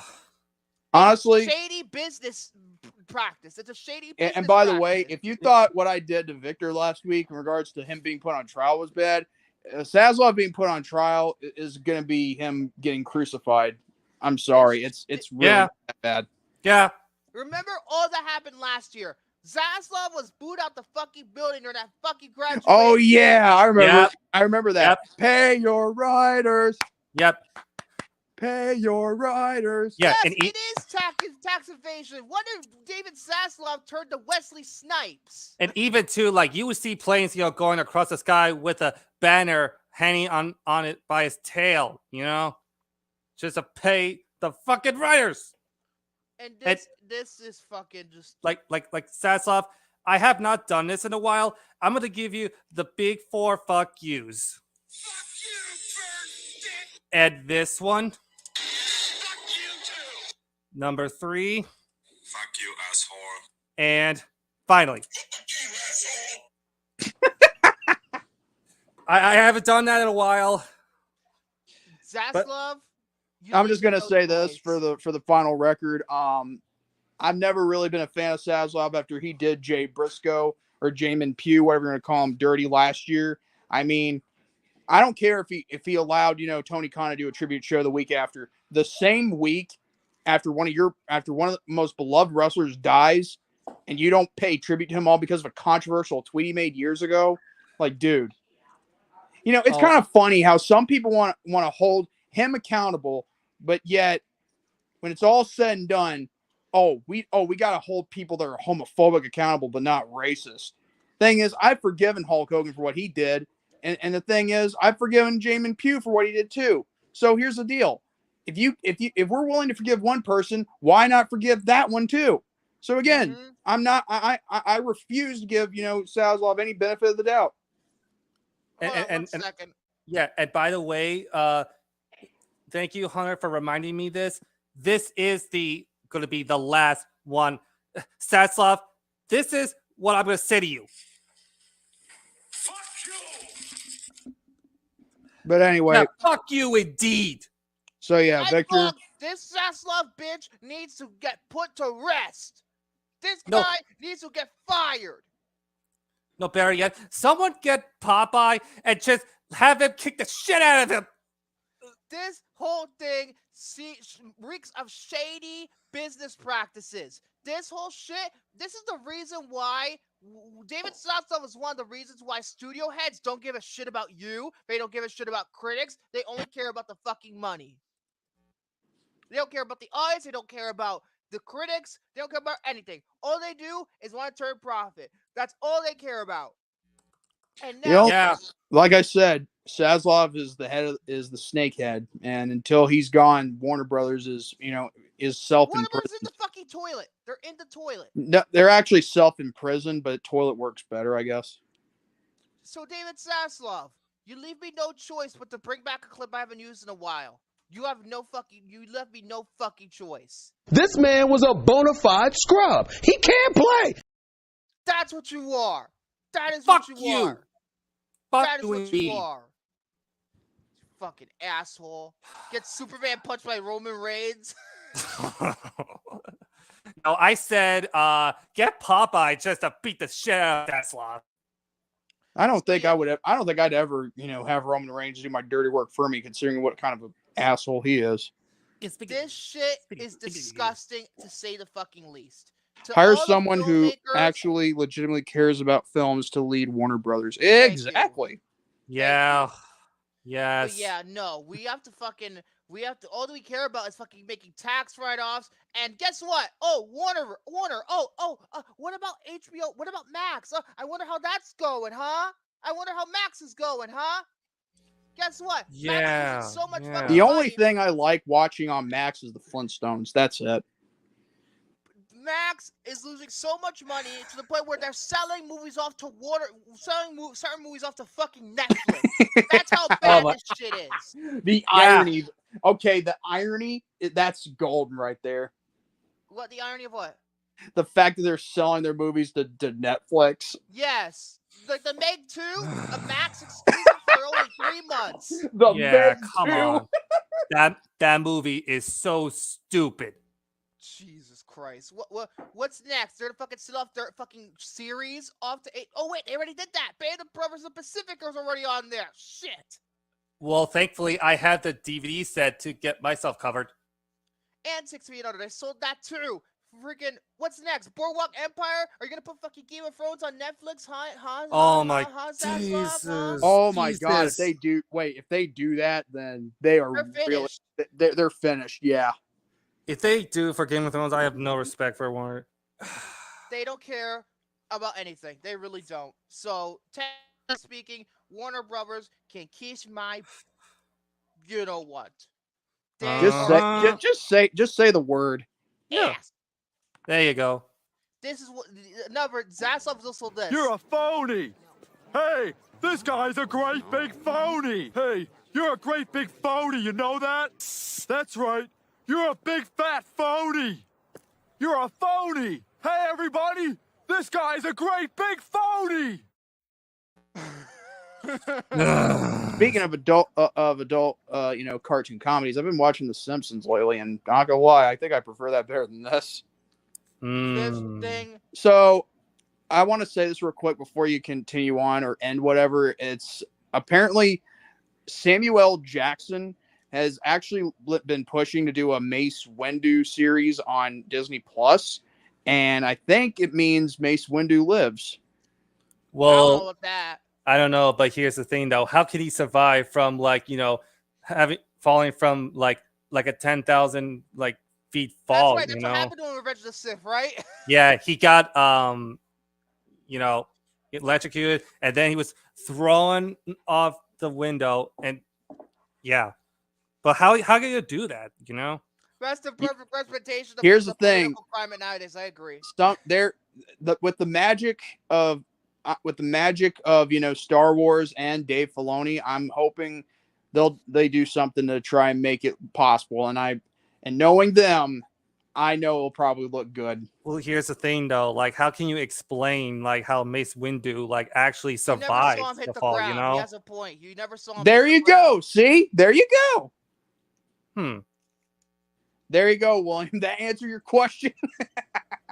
I guess. I mean, still, it's a damn shame though how Warner Brothers has gotten to, regarding this whole thing, like Zaslav not, dumping a movie without even watching it first. I mean, dude, people and they said that, people within the inside actually said it looked great, and then he cans it without even seeing it. That's foul play right there. You're disgusting, Zaslav. You disgust me. You are terrible. You are garbage. You are just not even worth my time anymore.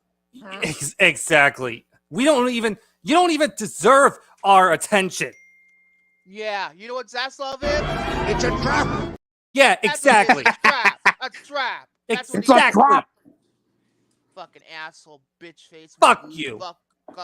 Fuck you, and fuck you in the ass. Hold on a second.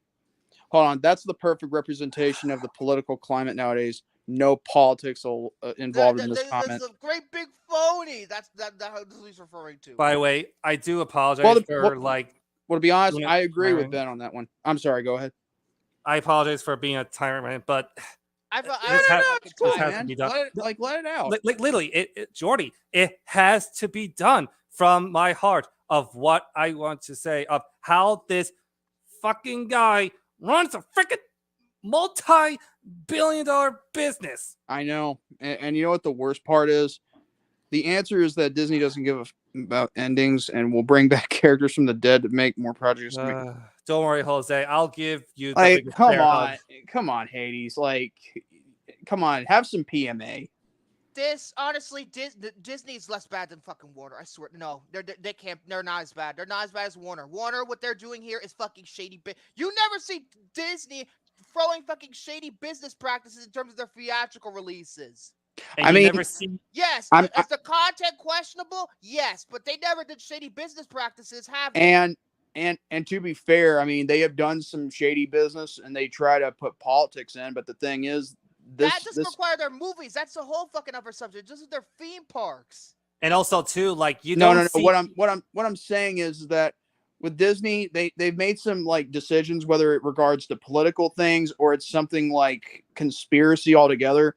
But at least they never really went this low as Zaslav did. Yeah, and it's also too it's just a whole new low. It's a whole new low. And Victor, you don't see like a freaking Disney do a cinematic universe that leaves it off on a bad note, you know? Oh yeah, DCEU, bitch. Yeah, Aquaman The 2. DC expanded universe. They say extended universe. Expanded, extended. It's the same thing. Can we talk about the Super Bowl trailers? Yeah, I guess we can. Yeah, let's Final move on. Final analysis. Fuck David Sass. I don't care what anybody in the chat thinks. Warner is worse than fucking Disney at this point. I don't fucking care. I don't care. Yeah, and I pretty much said my piece. So let's talk about the Super Bowl trailers because there was a lot. The only really great ads for Super Bowl this year were in fact the movie ads. And since we all watched the Super Bowl this year, I'm sure we're going to have a lot of not meaningful discussions because we can't judge a movie based on 30 seconds, but we can see what other movies are coming out in terms of what's happening this year.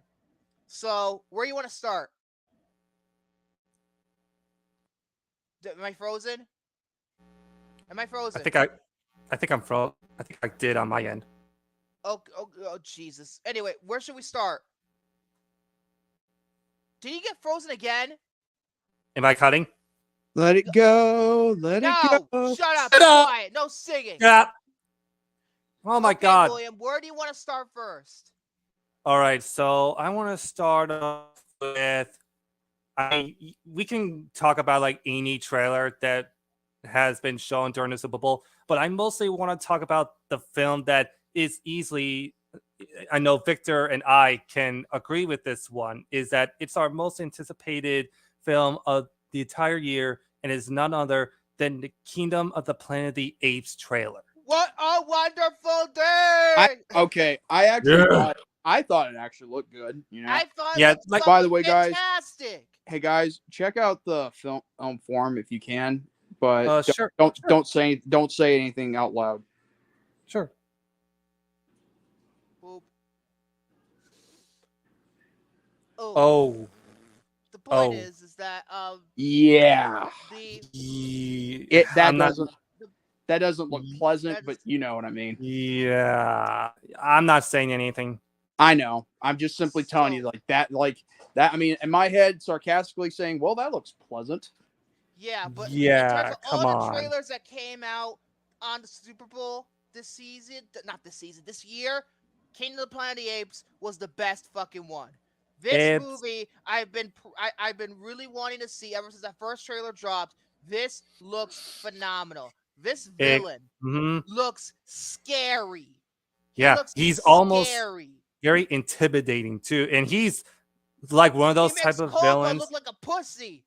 Yeah, I feel like he's a type of villain that you do not, and I mean do not fuck with.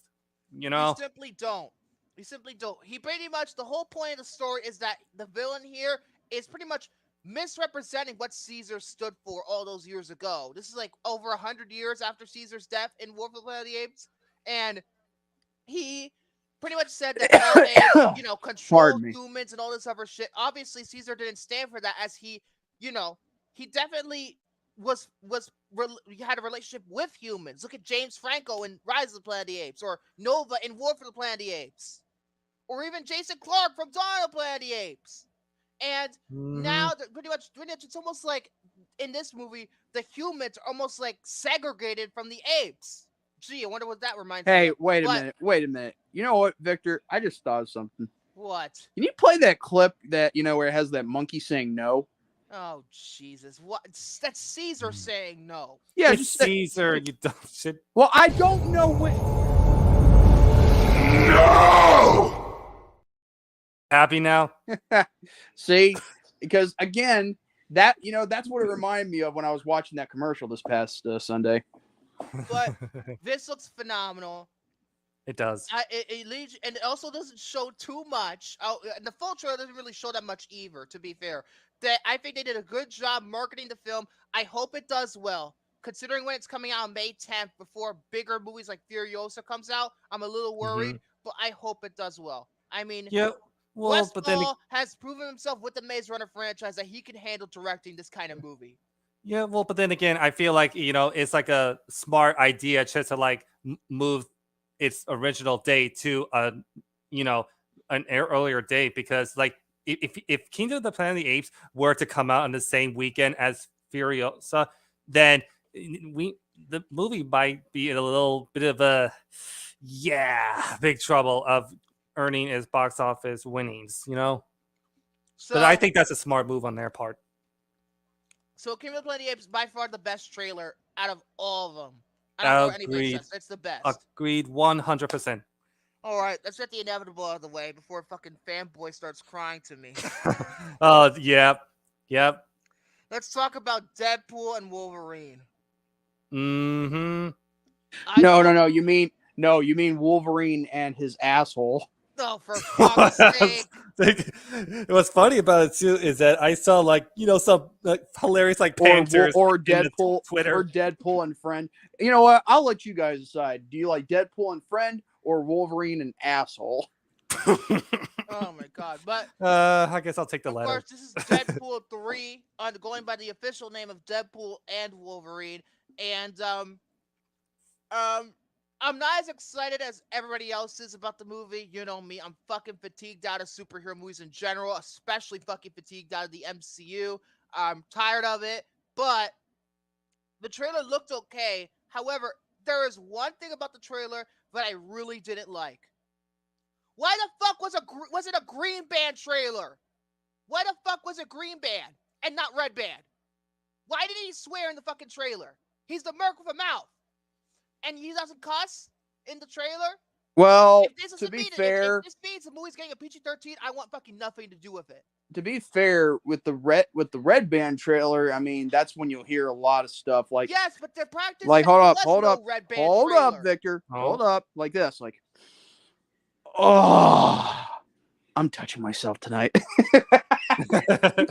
I just loved it from the first film. That was just so hilarious. Yeah, it sure was. It's a Red Band. Or how about this one? Wait! You may be wondering why the red suit. Well, so that bad guys can't see me bleed. See, William's got the right idea. He wore the brown pants. Well, I'm actually wearing gray pants. So you have one F-bomb. Women love gray. You know that, right? They do. But I know that. One thing I really liked about it was the part where Deadpool is fighting some other people, and you see the fucking 20th Century Fox logo in the middle of the fucking nowhere, just completely destroyed. Yes. Well, that's the whole point. 20th Century Fox is pretty much no more. 20th Century Studios, but. And I also like that joke where they kind of poke fun of now they're known as Disney. Searchlight. I think they're known as Searchlight Studios now. No. Searchlight Pictures is their independent division. Formerly Fox Searchlight, but the regular Fox 20th is 20th Century Studios. Okay, go ahead, Vic. Go ahead, William. The action looked good. The action looked good. Everything looked good. It's just that I'm fucking fatigued out of these movies. And then when I saw the TVA trying to fucking come to get Deadpool, I'm just like, fucking shoot me. I don't want to be fucking reminded of Loki, the one that fucking killed my love for the MCU altogether. I don't fucking care what anybody says. The first season made me walk from the MCU. Is it because Loki's a good guy? No, it's because of that fucking ending. But then again, didn't you guys appreciate the joke that they actually poked fun of Disney? Multiverse bullshit. That's what I don't like. I'm tired of the multiverse. I'm tired. Well, knowing Deadpool, he's gonna break the fourth wall. Oh, he's gonna break that wall so many times, So I wanted to get that out of the way. Sorry about the controversial opinion, but you know me. I'm fatigued out. I want to see more original ideas. I'm excited. It's all good. Next up, Twisters. Yeah. This looks really good. It actually looks really surprising. No. I was remembering that comment I made in the forum, where you talk about Twisters. Yeah, and then I said, yeah, Romy hates it when people twist his nipples. And I'm not surprised that Romy hates this trailer because he hates the fucking first one. That's what I'm talking about. He hates people twisting his nipples. No, I'm talking about the movie Twister.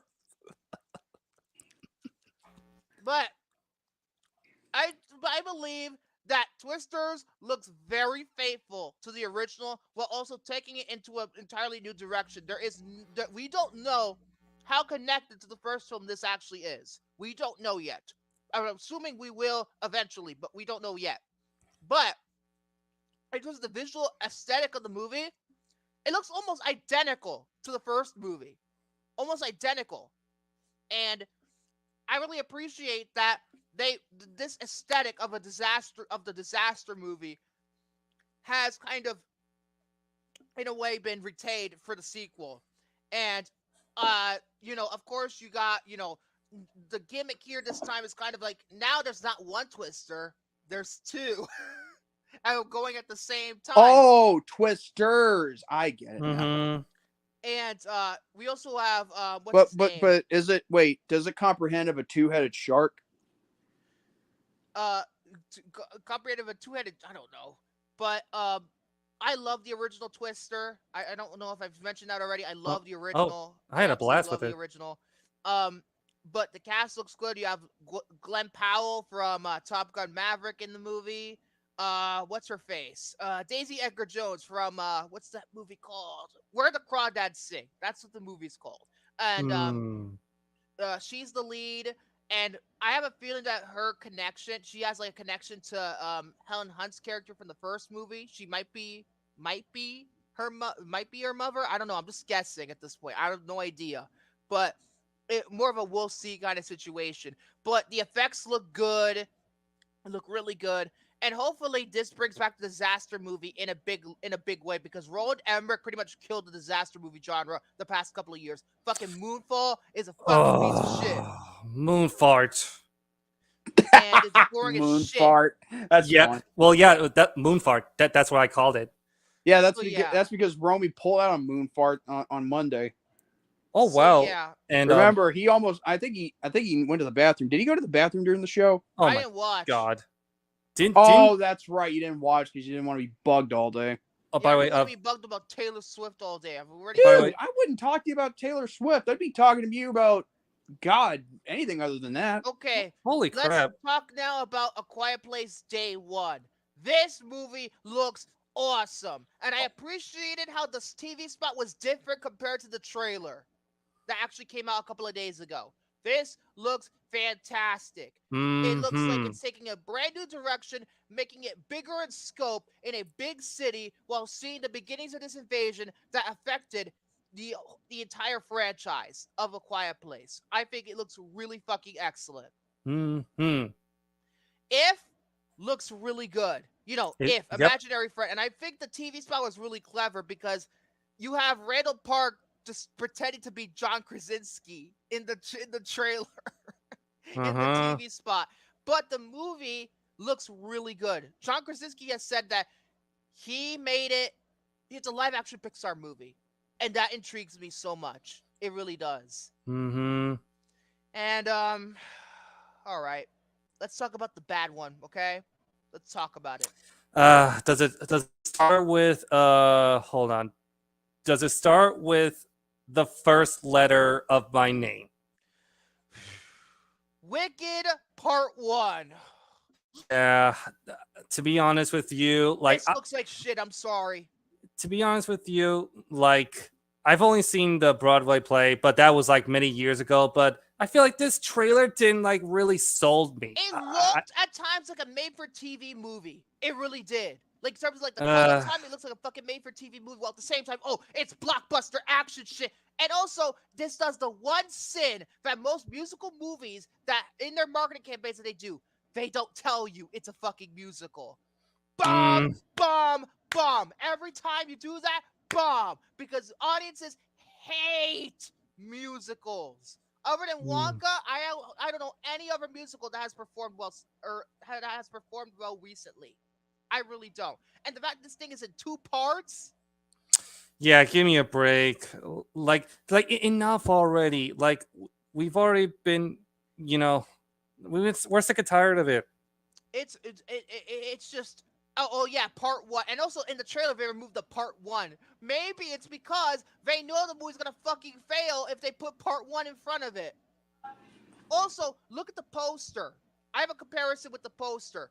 Look at the poster to the X-Files, I Want to Believe, and then look at the teaser poster for this movie. It's fucking plagiarism at its finest. Jeez. I don't know if anybody else has pointed this out or made a meme about it, but it's the exact same fucking shit. It's plagiarism. I mean, I didn't until you actually, like mention it. I was just like,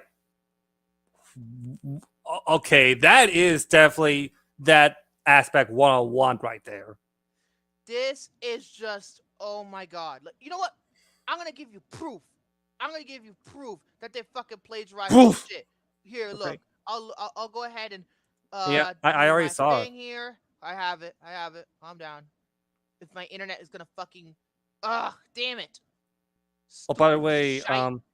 one fact about Twisters. I hate to cut you off, but they're gonna get the same cinematographer who actually shot Mission Impossible 3, Star Trek Into Darkness. That Yes, actually looks I really remember hearing that. promising too.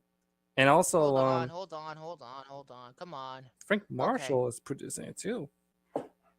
Well, of course. He produced the first one, I think. Uh-huh. Come on. I just want to get that out of the way. Here we go. I found it, but I want to see if there's a bigger resolution. Can I have it like a bigger resolution or? Oh wow, Alex Wolff is in the Quiet Place Day 1. That's cool. Come on, bitch. Come on, bitch. And where are you? Let's see here.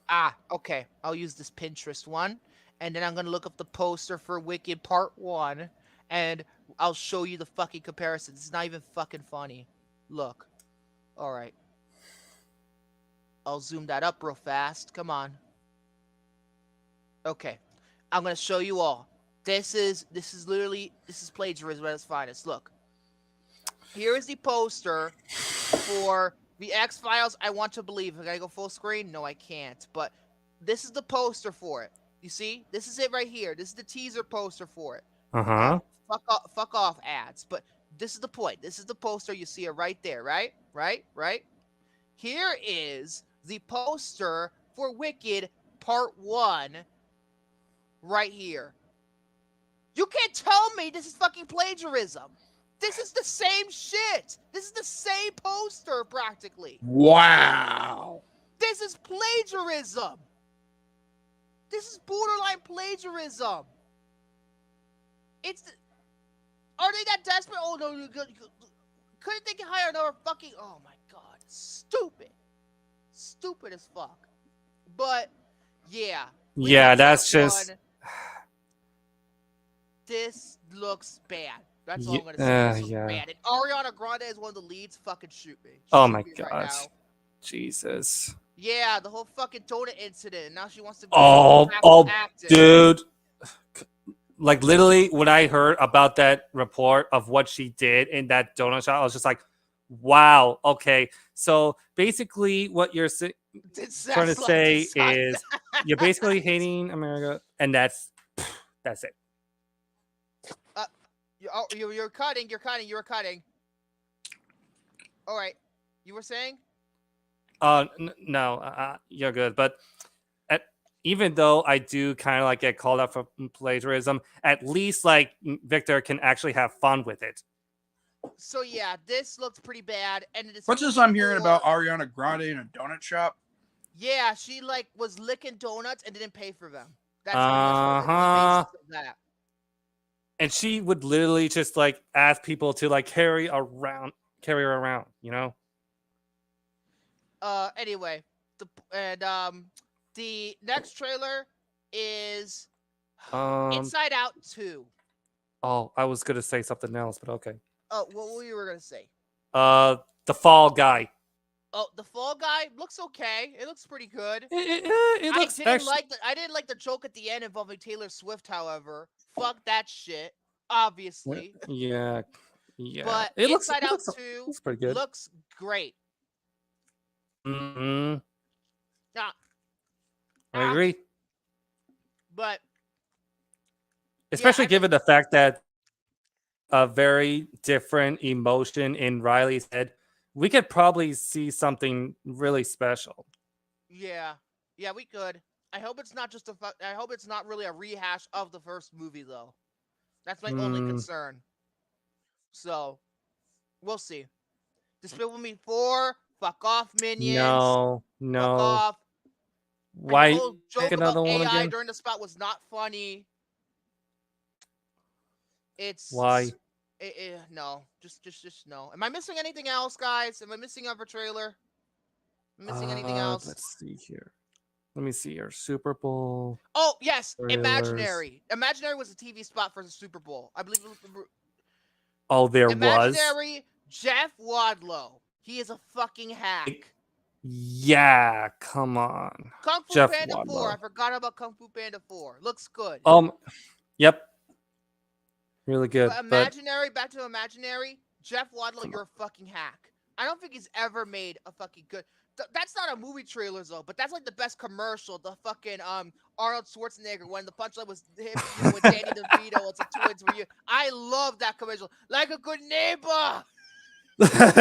Look a good neighbor. I love that commercial. That was the best commercial of the night. That was awesome. I love that commercial. I love that commercial. I really like that trailer. That's a commercial, not it's. You think trailer? I think it's a trailer for fucking life insurance, huh? Sorry, my brain is just farting all over the place. But yeah, decent movie trailers overall. I think not too much compared to previous years, but hey, you get what you get.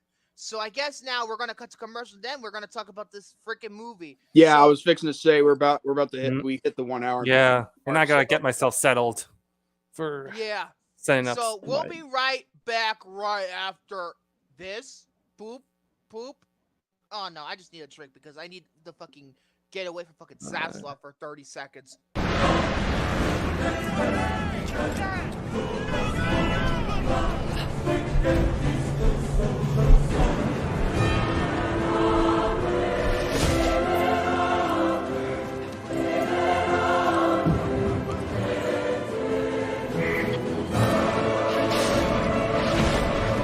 Medal of Honor. Rated T for Teen. EA Games. Challenge everything. Hey kids, follow the bouncing plate.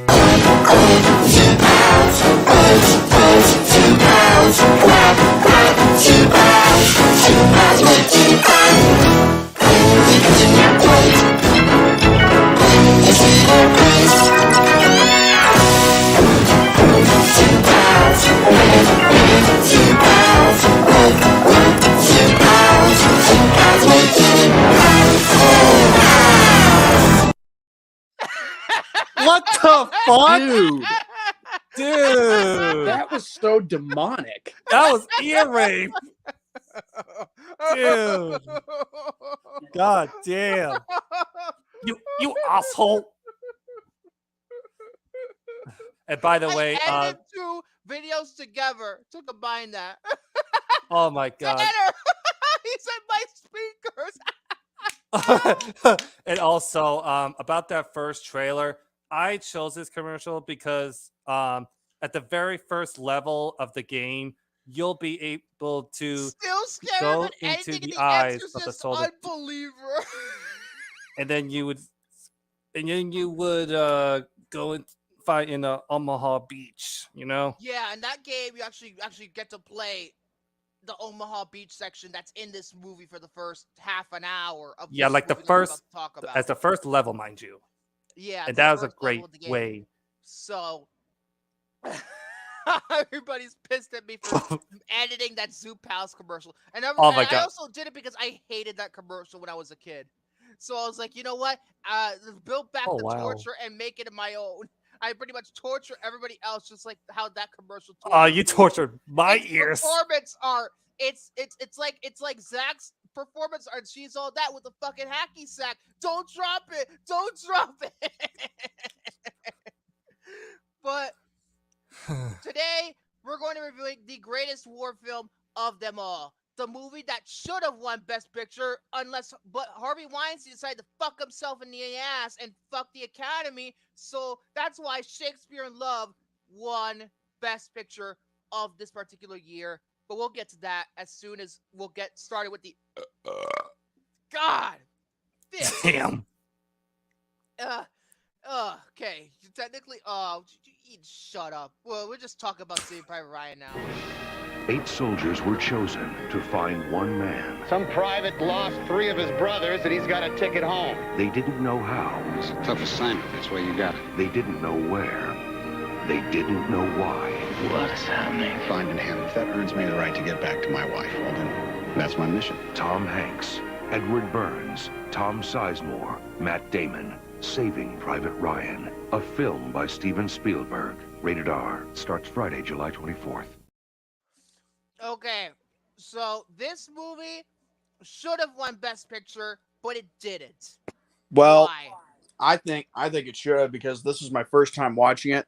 But I'm gonna let you guys do most of the talking. I will give my thoughts, after you two are done, because again, I might be muted for the most part, but it's just that this movie, shit, man. So so we'll just start off by going over the obvious statistics like we always do on here. Before that, let me just make a quick Google search before I can fucking get further from here. All right, I'm good. All right, let's read the statistics. Saving Private Ryan is a 1998 American epic war film directed by Steven Spielberg, written by Robert Rodat, produced by Steven Spielberg, Ian Bryce, Mark Gordon, and Gary Levinson, starring Tom Hanks, Edward Burns, Matt Damon, Tom Sizemore. Did I say Tom Sizemore's name twice, or I don't know? I think he said it once. Oh, right. Okay.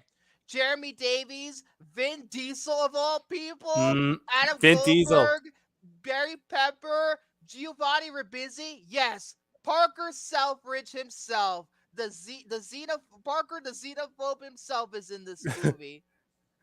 Yep. And we also have appearances from people like fucking Ted Danson and Bryan fucking Cranston and Nathan Fillion. I was about to Crazy. say. And Paul Giamatti. Mm-hmm. And this was released on January 24th, 1998. By Hang on a second. Hang on a second. Yeah. Okay. Jose just sent me something. Pop-Tart inventor William Post dies at age 96. Oh, damn. Oh, man. Oh. Pop-Tarts. Those are good. Those are good. So rest in yeah, peace. I'm glad you made a wonderful treat. And also, there's that Pop-Tart movie coming out soon, isn't there? Well, July 24th. Yeah. Did I say something else? Did I not say July 24th? Yes, you did. They're saying I didn't say July 24th. Or I'm having a brain fart. Anyway, it was released by DreamWorks Pictures in the United States, Paramount Pictures internationally, also co-produced by Amblin Entertainment and Mutual Film Company.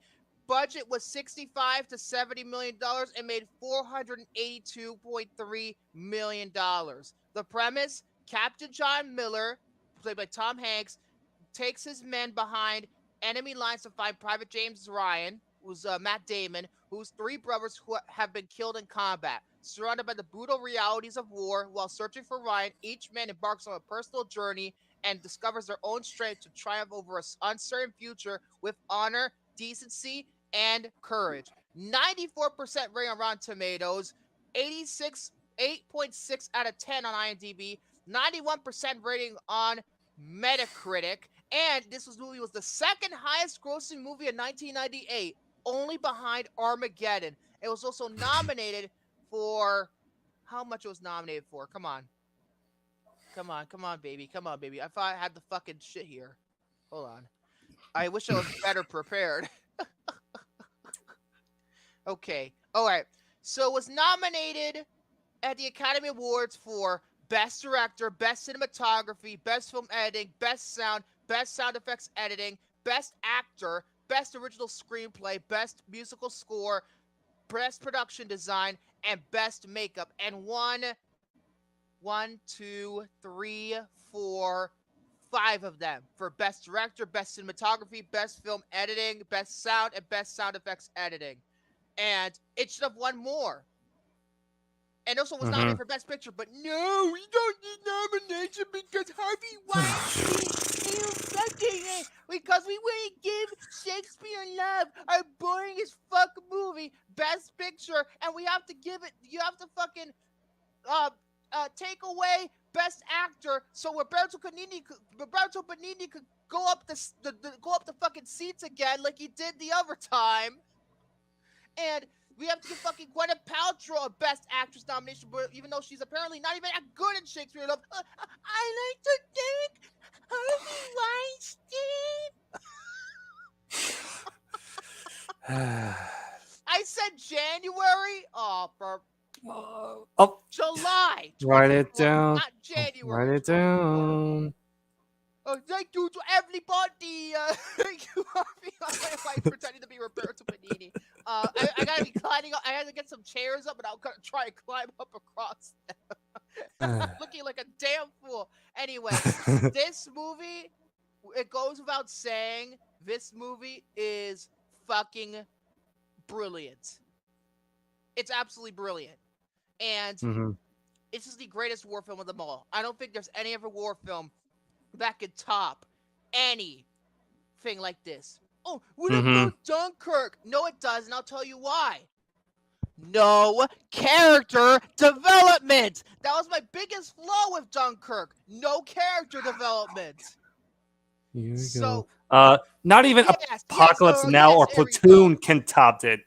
Not even Apocalypse Now and Platoon can touch it. No, it can't. It can't. This is the high standpoint for war films. I mean, this enough ear rape.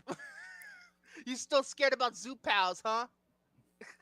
Oh, anyway, jeez. I'm gonna finish these fries. Let William talk for a second. Okay, so this is where my interesting story comes into play. So back around, I want to say 2018 or 2019, they're doing this Fathom event at my local showcase cinemas theater that's literally like 5 minutes away. And I honestly feel lucky to actually get the opportunity to go and see Saving Private Ryan in a movie theater with my grandfather. And I truly believe that this is one of those movies that needs to be seen in an actual movie theater, because sure, watching Saving Private Ryan at home is like, if you have the right fucking sound equipment. I'll get to that in a moment. Yeah, but when I saw that movie in theaters, it honestly felt like a wonderful treat to actually see a masterpiece of all the war movies. Yeah. As from the very beginning, where you get to see the camera panning on Miller's eyes, and then it stays there for a few seconds, and then afterwards it immediately cuts to that's not Miller. One of the greatest. That's not Miller. John Miller. Miller's dead by the end of it. Oh, that's right. You got that's you the got fucking right twist. That's the M. Night Shyamalan twist at the end of the movie. You dummy. That's my bad, my part. But now it immediately cuts to one of the greatest opening sequences ever put to film. It is all because it's of not Spielberg's the opening sequence, though. So I'm going to cut you off right there. That's not the opening sequence. The opening sequence is when what we later know is a older James Ryan going to that, that memorial. That's the opening sequence to me. This is the second scene in the movie. Yeah. That's what I was trying to you get what I'm. So now this opening sequence right here. Let me tell you something. It is one of the greatest opening sequence ever put to film because of Steven Spielberg's wonderful direction of how he was now. It's not. Go ahead first. Go ahead.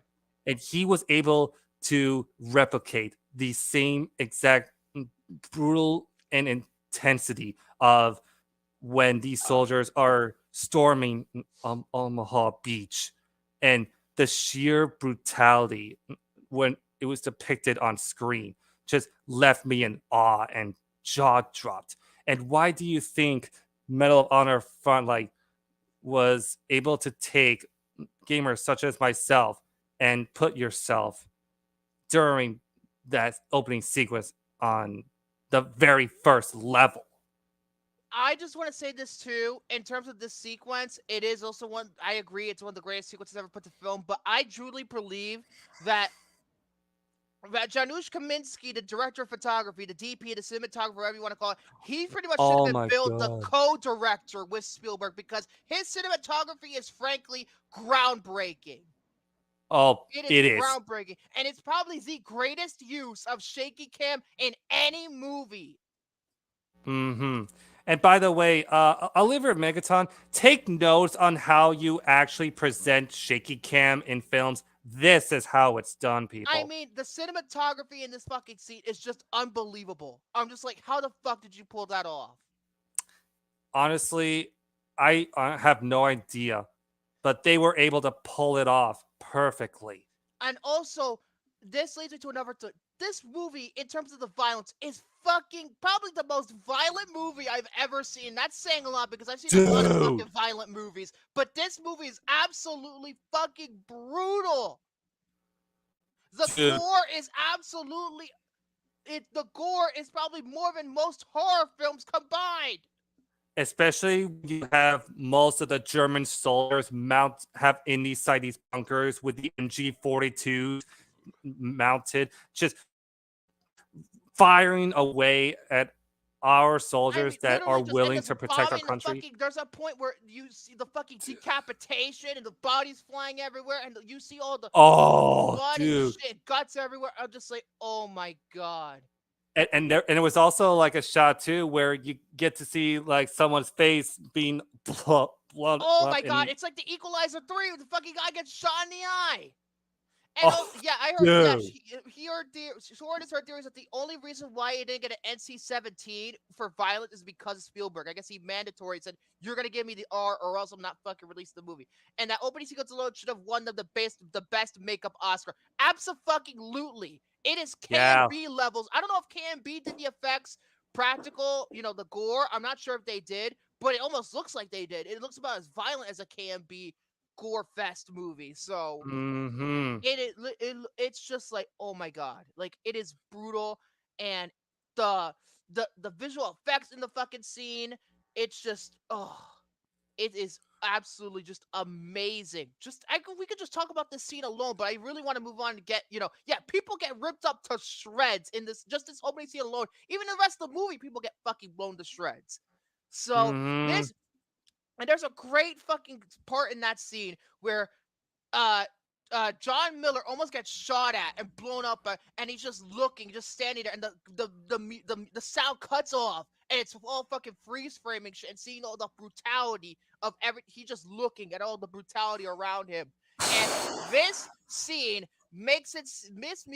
honestly, this film is almost like a horror film. This is almost like a horror film with this fucking sequence alone. This is scarier than most horror films I've ever seen. Because because it's so brutally real. That's why it's scary. Because it's so real. So, yeah, that scene is just a milestone in action war sequences. Even I'll get to the end of the movie, but I think the climax is just as well made as that opening sequence. Anyway, the point of the movie is that they're trying to get the private James Ryan. Excuse me, I'm mixing up my words now. James Francis Ryan, I believe. And Tom Hanks assembles a team to essentially, go after Ryan and take him home. And we follow their journey. And I personally feel that even like this movie, their journey that they go through, it's just. You can't look away. It's simple. You just can't look away. Their character development is so honest and so real, and what they're feeling. Like, you care about these characters. You really do. And you even, like, say, for example, what's his name? Upham, Jeremy Davies' character. By the way, lost cast member starting in season 4. Lost connections again. And of course, Nathan Fillion is on it. He's in one episode of season 3. More Lost Connections again. Nathan Fillion. He was also in Firefly fame. Yeah. Dude, spoiler. But that's not a spoiler because Nathan Fillion's only in one episode of season 3. Only it doesn't one. matter. I'm on season 3. It does matter because it's only a fucking... No, dude, it matters. Yes, no, it doesn't. Yes, it does. It's only a minor fucking character. It's not even a major character. Anyway, the point is this. they assembled the team, and you care about every single character in this film. You care about them, and the performances are all phenomenal, every single one. But I think the best performance out of all of them, I think, is Tom Hanks. I really do. I think it's one of his best performances. I genuinely believe that. But what can you say about Tom Hanks? He's one of the greatest like actors alive. He's done a lot of incredible performances over the years. Yes, and just the cast is just able to really help you connect to these characters. I mean, it's just they're all fantastic.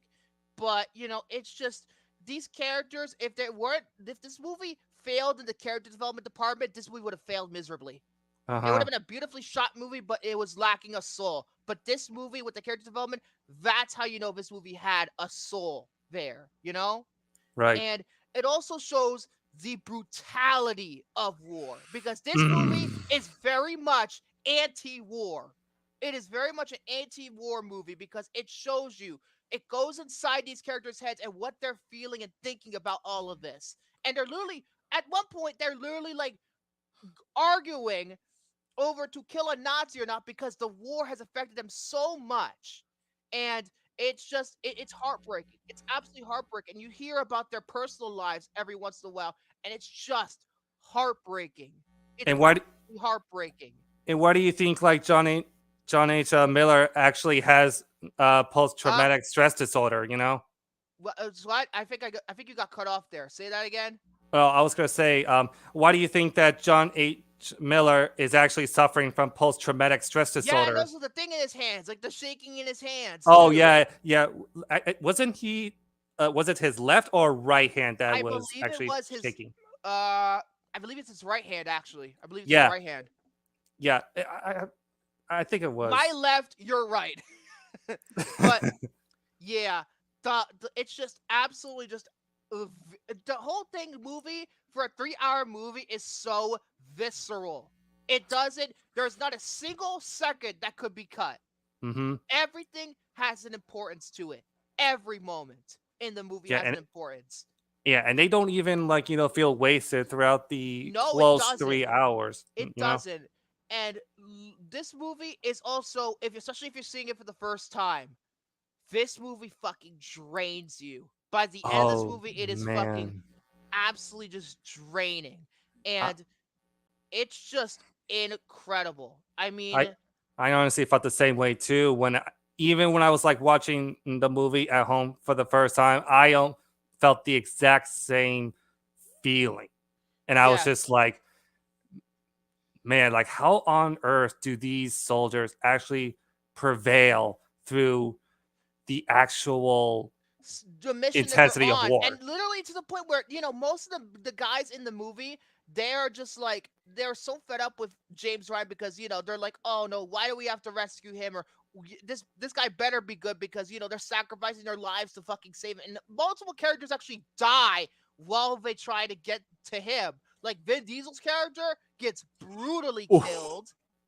Oh my god! So especially Giovanni Ribisi. Oh my god! The whole fucking he gets blown up and it's down his spine. I believe that he gets and literally to the point where he literally just tells them he knows that he can't make it. And he just give him morphine while he fucking dies there, and he just says, "Mama, mama, mama." It's horrifying. It's horrifying, and it's so depressing. And it just shows that brutality of war that I was talking about. It's just unbelievable. And in my opinion, my personal opinion, this movie has the greatest sound mix I have ever heard for any movie. The sound mixing is flawless. Especially if you have a Dolby Atmos setup like I do. This movie could literally give your fucking sound system a fucking workout. This shit feel like I have just a plain soundbar that has Atmos on it here in this room. And guess what? I felt like that my room when I was watching the movie, it felt like a fucking war. And like a literal war was happening in my bedroom. That's how crazy the sound mix is. And especially too, how the soldiers were able to reload their semi-automatic rifles, known as the M1 Garands, and they actually felt the very similar to how you actually shoot it if you were to go to like a shooting range, you know? Yeah, it is just absolutely just visceral, and it's just, oh my goodness, it is just so well done. It is just unbelievable. It is anything. Let's see. Is there anything else that I'm missing? You might want to help me with this. Let's see here. I can pull some trivia if you want. Oh wait. I actually got some. So when they get to the climax of this movie, oh my god! You thought the opening sequence was brutal? This might be even more brutal. I mean, literally, it's just visceral from start to finish. And also, another thing I want to say is that the John Williams score is rarely played because in the war scenes they have no music to help you immerse yourself into the war sequences. Like, this shit feels real. It's real, and it's just absolutely just brutal to watch at some points. Literally to the point where where certain characters die in the third act because you cared about them so much. You're just there, just like, oh my god, it's just. I mean, you felt like so attached to these characters, like you said. Yes, absolutely, and it's just like it's awe-inspiring how they were able to make this movie the way they did because it's unbelievable. It's absolutely incredible, and Yes. this I might be on the minority on this one, but this I know a lot of people liked the Truman Show and wanted it to win best original screenplay. Or American History X. To be fair, I've never seen American History X, so I can't comment on that film just yet. However, for the time being, I personally believe that Saving Private Ryan should have won best original screenplay. I really believe that because the script is so memorable. Like just Soren just said, earn this. That's one of the most influential lines in the movie. And it's one of the most powerful lines in the movie. And without the writing, these characters wouldn't be as well fleshed out as they are, honestly. They are, it's just absolutely just incredible work by Robert Rodat. Absolutely incredible work.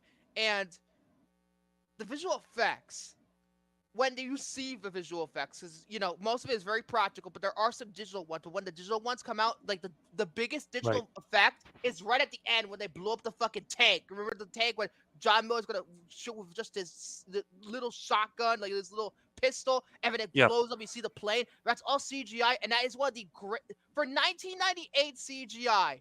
That is still a mind-blowing image. Like, that shit holds up.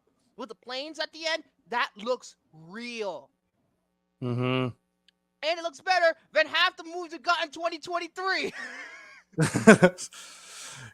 like literally, like dude, this movie. One shot is better than almost all the CGI in 2023. Like literally, this shot has literally aged like the finest wine you can ever ask for at a freaking 5-star steak restaurant, Yeah, instead, what won Best Visual Effects? Oh, What Dreams May Come won Best Visual Effects. Oh, the only reason why people remember is because Robin Williams is in it. That's it.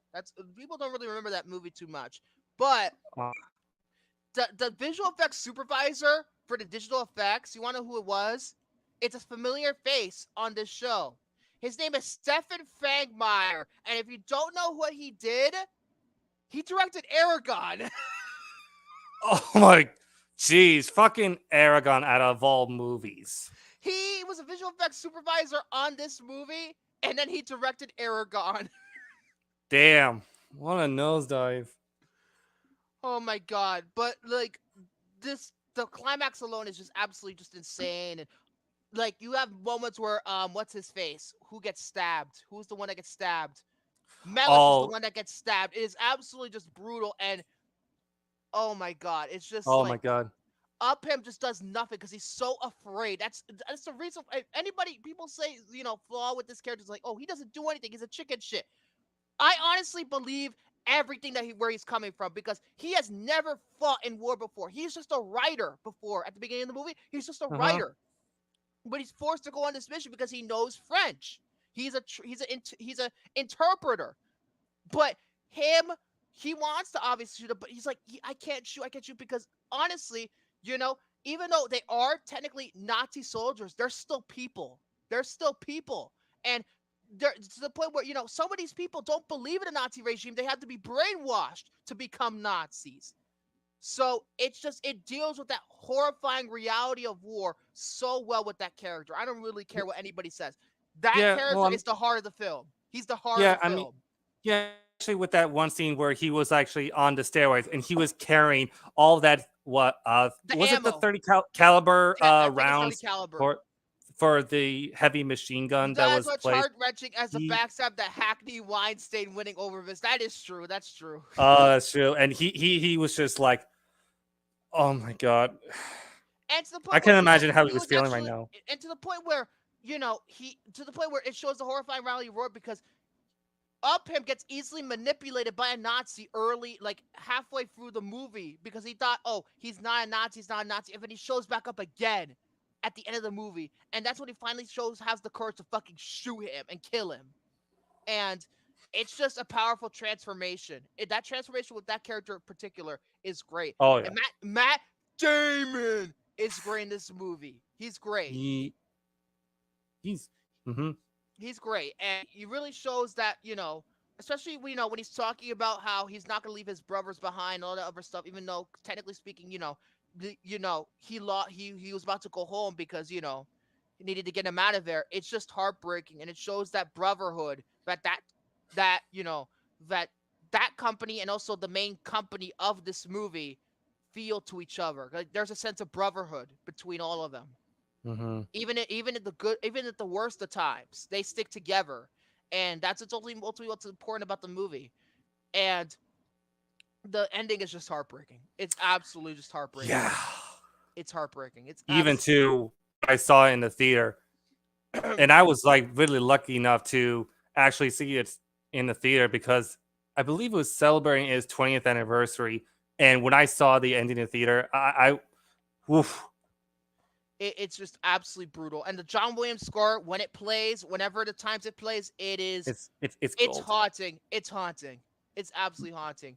And it's just, I don't know if there's any more to say about it. Jordy, do you have any thoughts about this movie? Because this is the first time you watched it. Jordy, floor is yours. All I can say is the fact that watching this for the first time, I went into this blind. I never seen this before. I don't know what was going to happen. The fact that these two have an advantage over me, for seeing it more than once is kind of unfair. But then again, can you really blame me? Because I'm not much of a movie guy.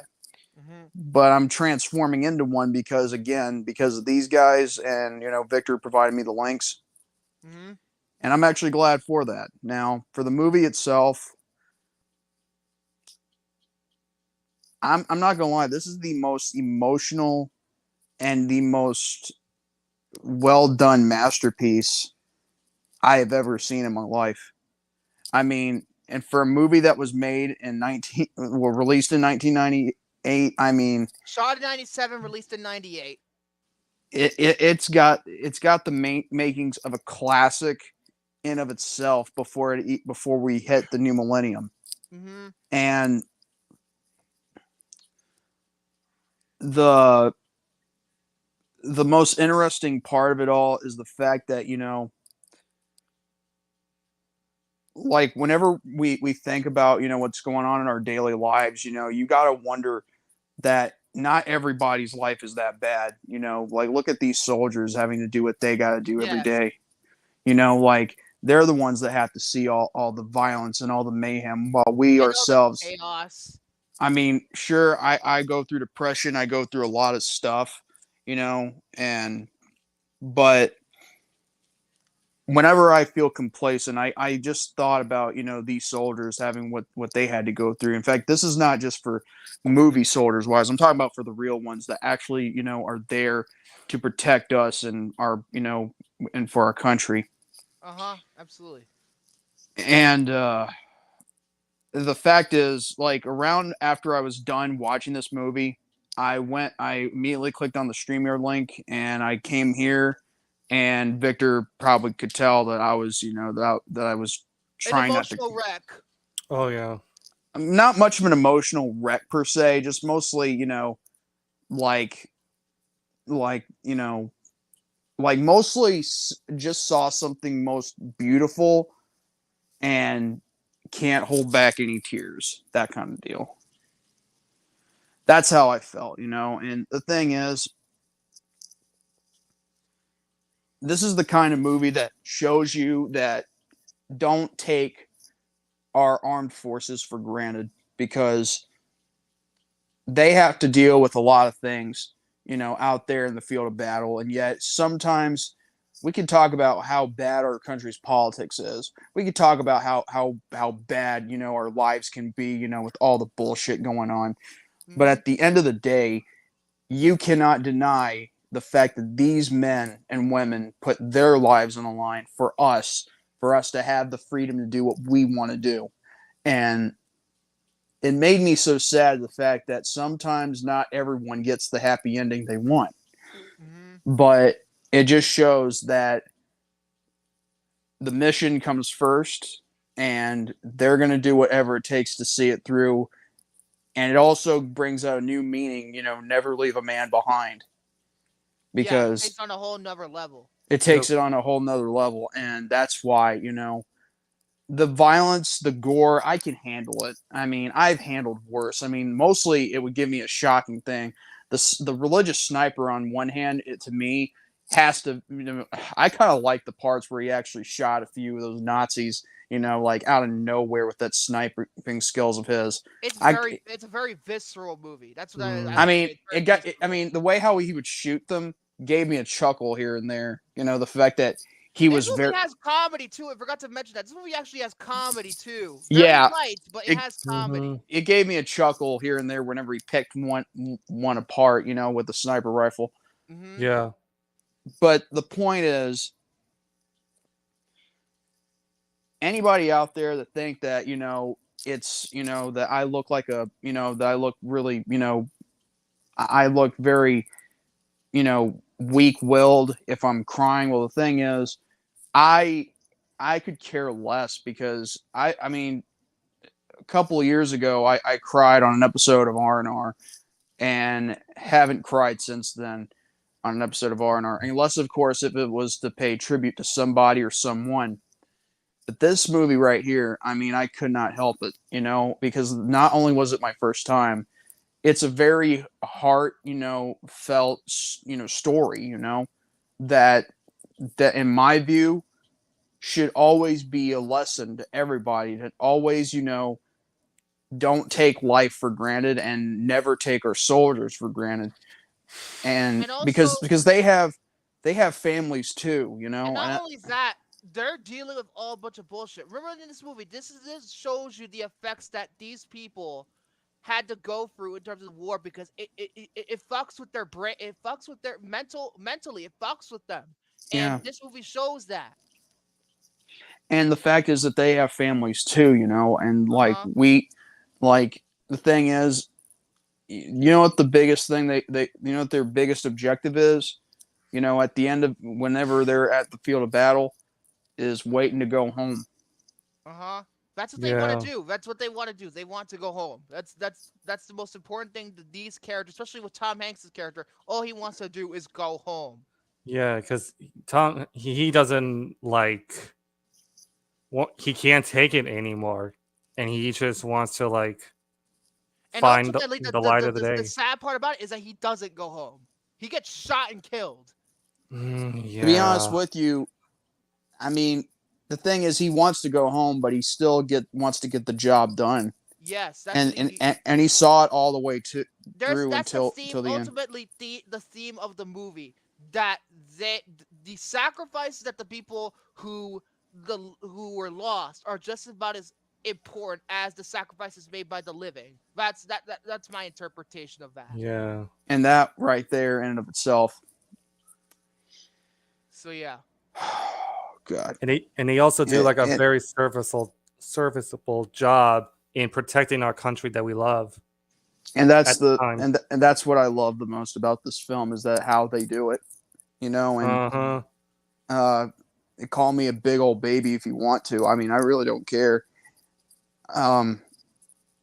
at the end of the day, I am very proud to meet you guys, to show me a film like this, because I never thought I'd see a film like this that could touch me and inspire me. I mean, it's an awesome movie, and I recommend anybody to watch this film, because you may feel pain and emotion, but at the end of the day, you'll find that this movie helps you see the reality of war, and it helps you see the reality of paying a price to protect your country.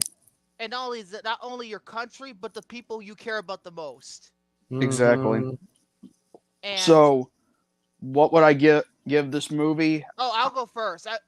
There's no fucking explaining it. There's no fucking way I'm getting across this like otherwise. 6 out of 5. It's 6. It's 6 out of 5. Here's the thing. I was gonna say that too. 6 out of 5. Yeah. Me 3. It's a 6 out of 5. It's the best film of 1998 by far. By far. No. The greatest film of 1998. Yeah, I mean, in all caps. It goes without saying. It's one of Steven Spielberg's best. Top 5, I'd say. And that's hard because Steven Spielberg has made so many good movies. But this is in the top 5. This is in the top 5. Maybe even top 3. I was going to say, like, top... I was going to say top 3, yeah. This probably might be the first time we had a movie, voted as a 6 out of 5, for us to have agreement on. I'm trying to think about the other, like, viewer's choice movies we've done. I think this might be the first time. I think so. So yeah, viewer's choice, and it's also a first time it's been given all 3 of us a 6 out of 5. In agreement. Yes, it's 6 out of 5. It's absolutely fucking brilliant. It's a fucking crime that Harvey Weinstein wanted to do his stupid ways to not make this win Best Picture. Fuck Shakespeare in Love. If we ever review it on this movie, I'm gonna fucking tear it apart. By the way, this isn't our like the first movie we've done from a viewer's choice. So I believe the first one that that was 6 out of 5. That's the first that has a 6 out of 5. Mm-hmm. Because usually with viewer's choice we have like 4, 3.5, or 5, but never 6. Never 6. Mm-hmm. So this is an absolutely brilliant movie. It's one of Steven Spielberg's best, and it's just it's an achievement. This movie is not just a movie; it's a fucking achievement. Yes. It's cinema, as they call it. It's cinema. It's true cinema. A monumental achievement, more like it. And it's just absolutely just brilliant, just unbelievable. It literally is the greatest war film of them all. It's absolutely mind blowing. And literally just like really for the cherry on top, for me, allowing me just to experience my theatrical experience of seeing Saving Private Ryan with my grandfather, who actually served in the army. It was just like this one a hell of a unique experience. And it's an experience, actually, one of those theatrical experiences I'll never forget. Yeah. So this is a brilliant film. 6 out of 5. That's just how it is. That's just how it is. So before I go on to the wheel, Jordy, do you want to finish the results? Do you want to give the results of the fucking bullshit I have to do, or?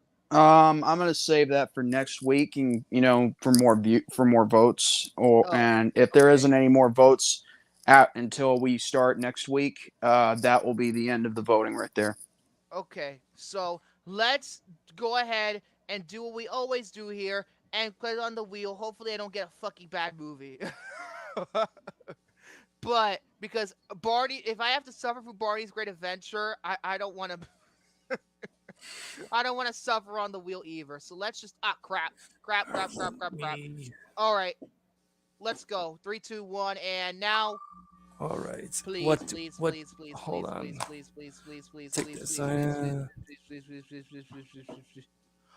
Oh, we're doing another 6 out of 5. Jordy. Jordy, it's one of your picks. I have that film, and I actually have all 3 films. All right. Where are you? Where are you?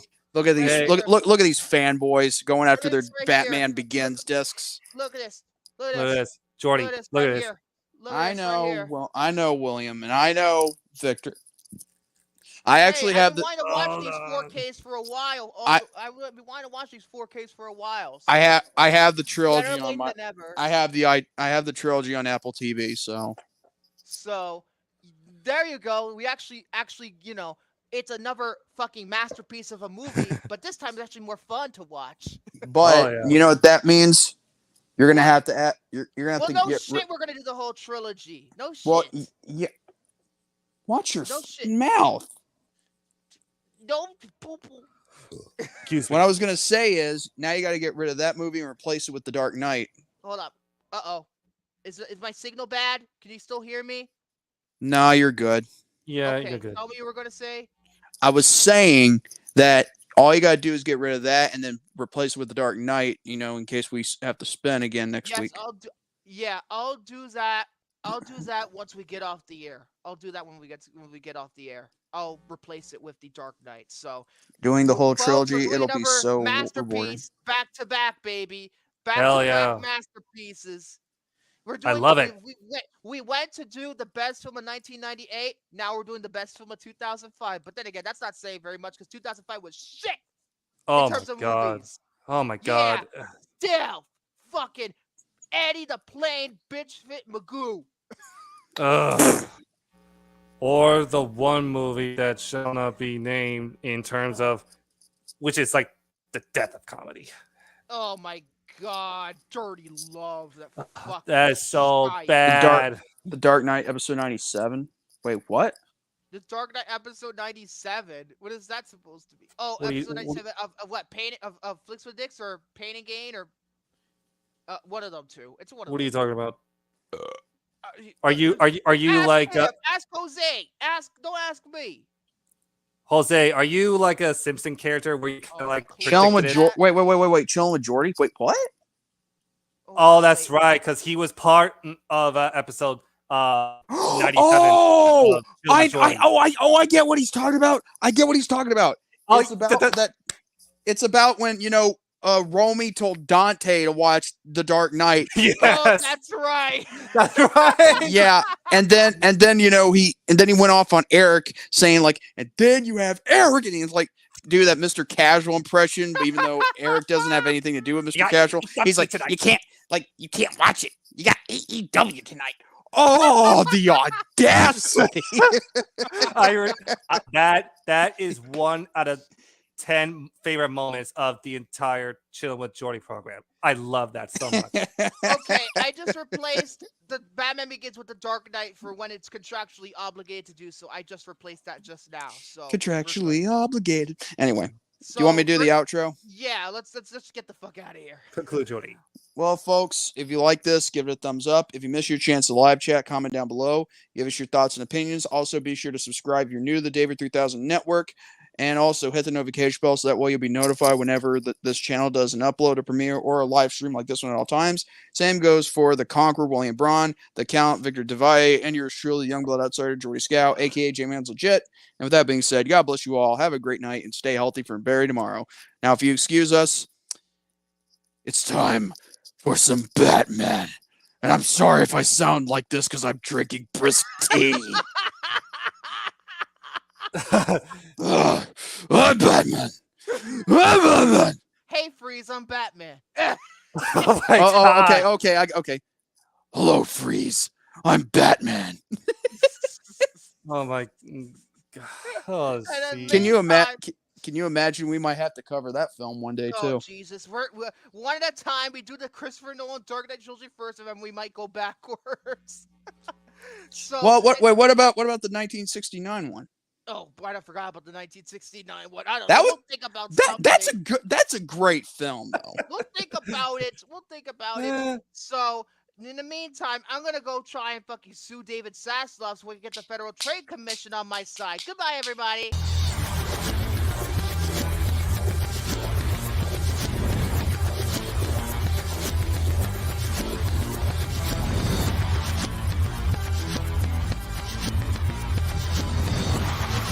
Hunter Hughes, I don't wear hockey pads.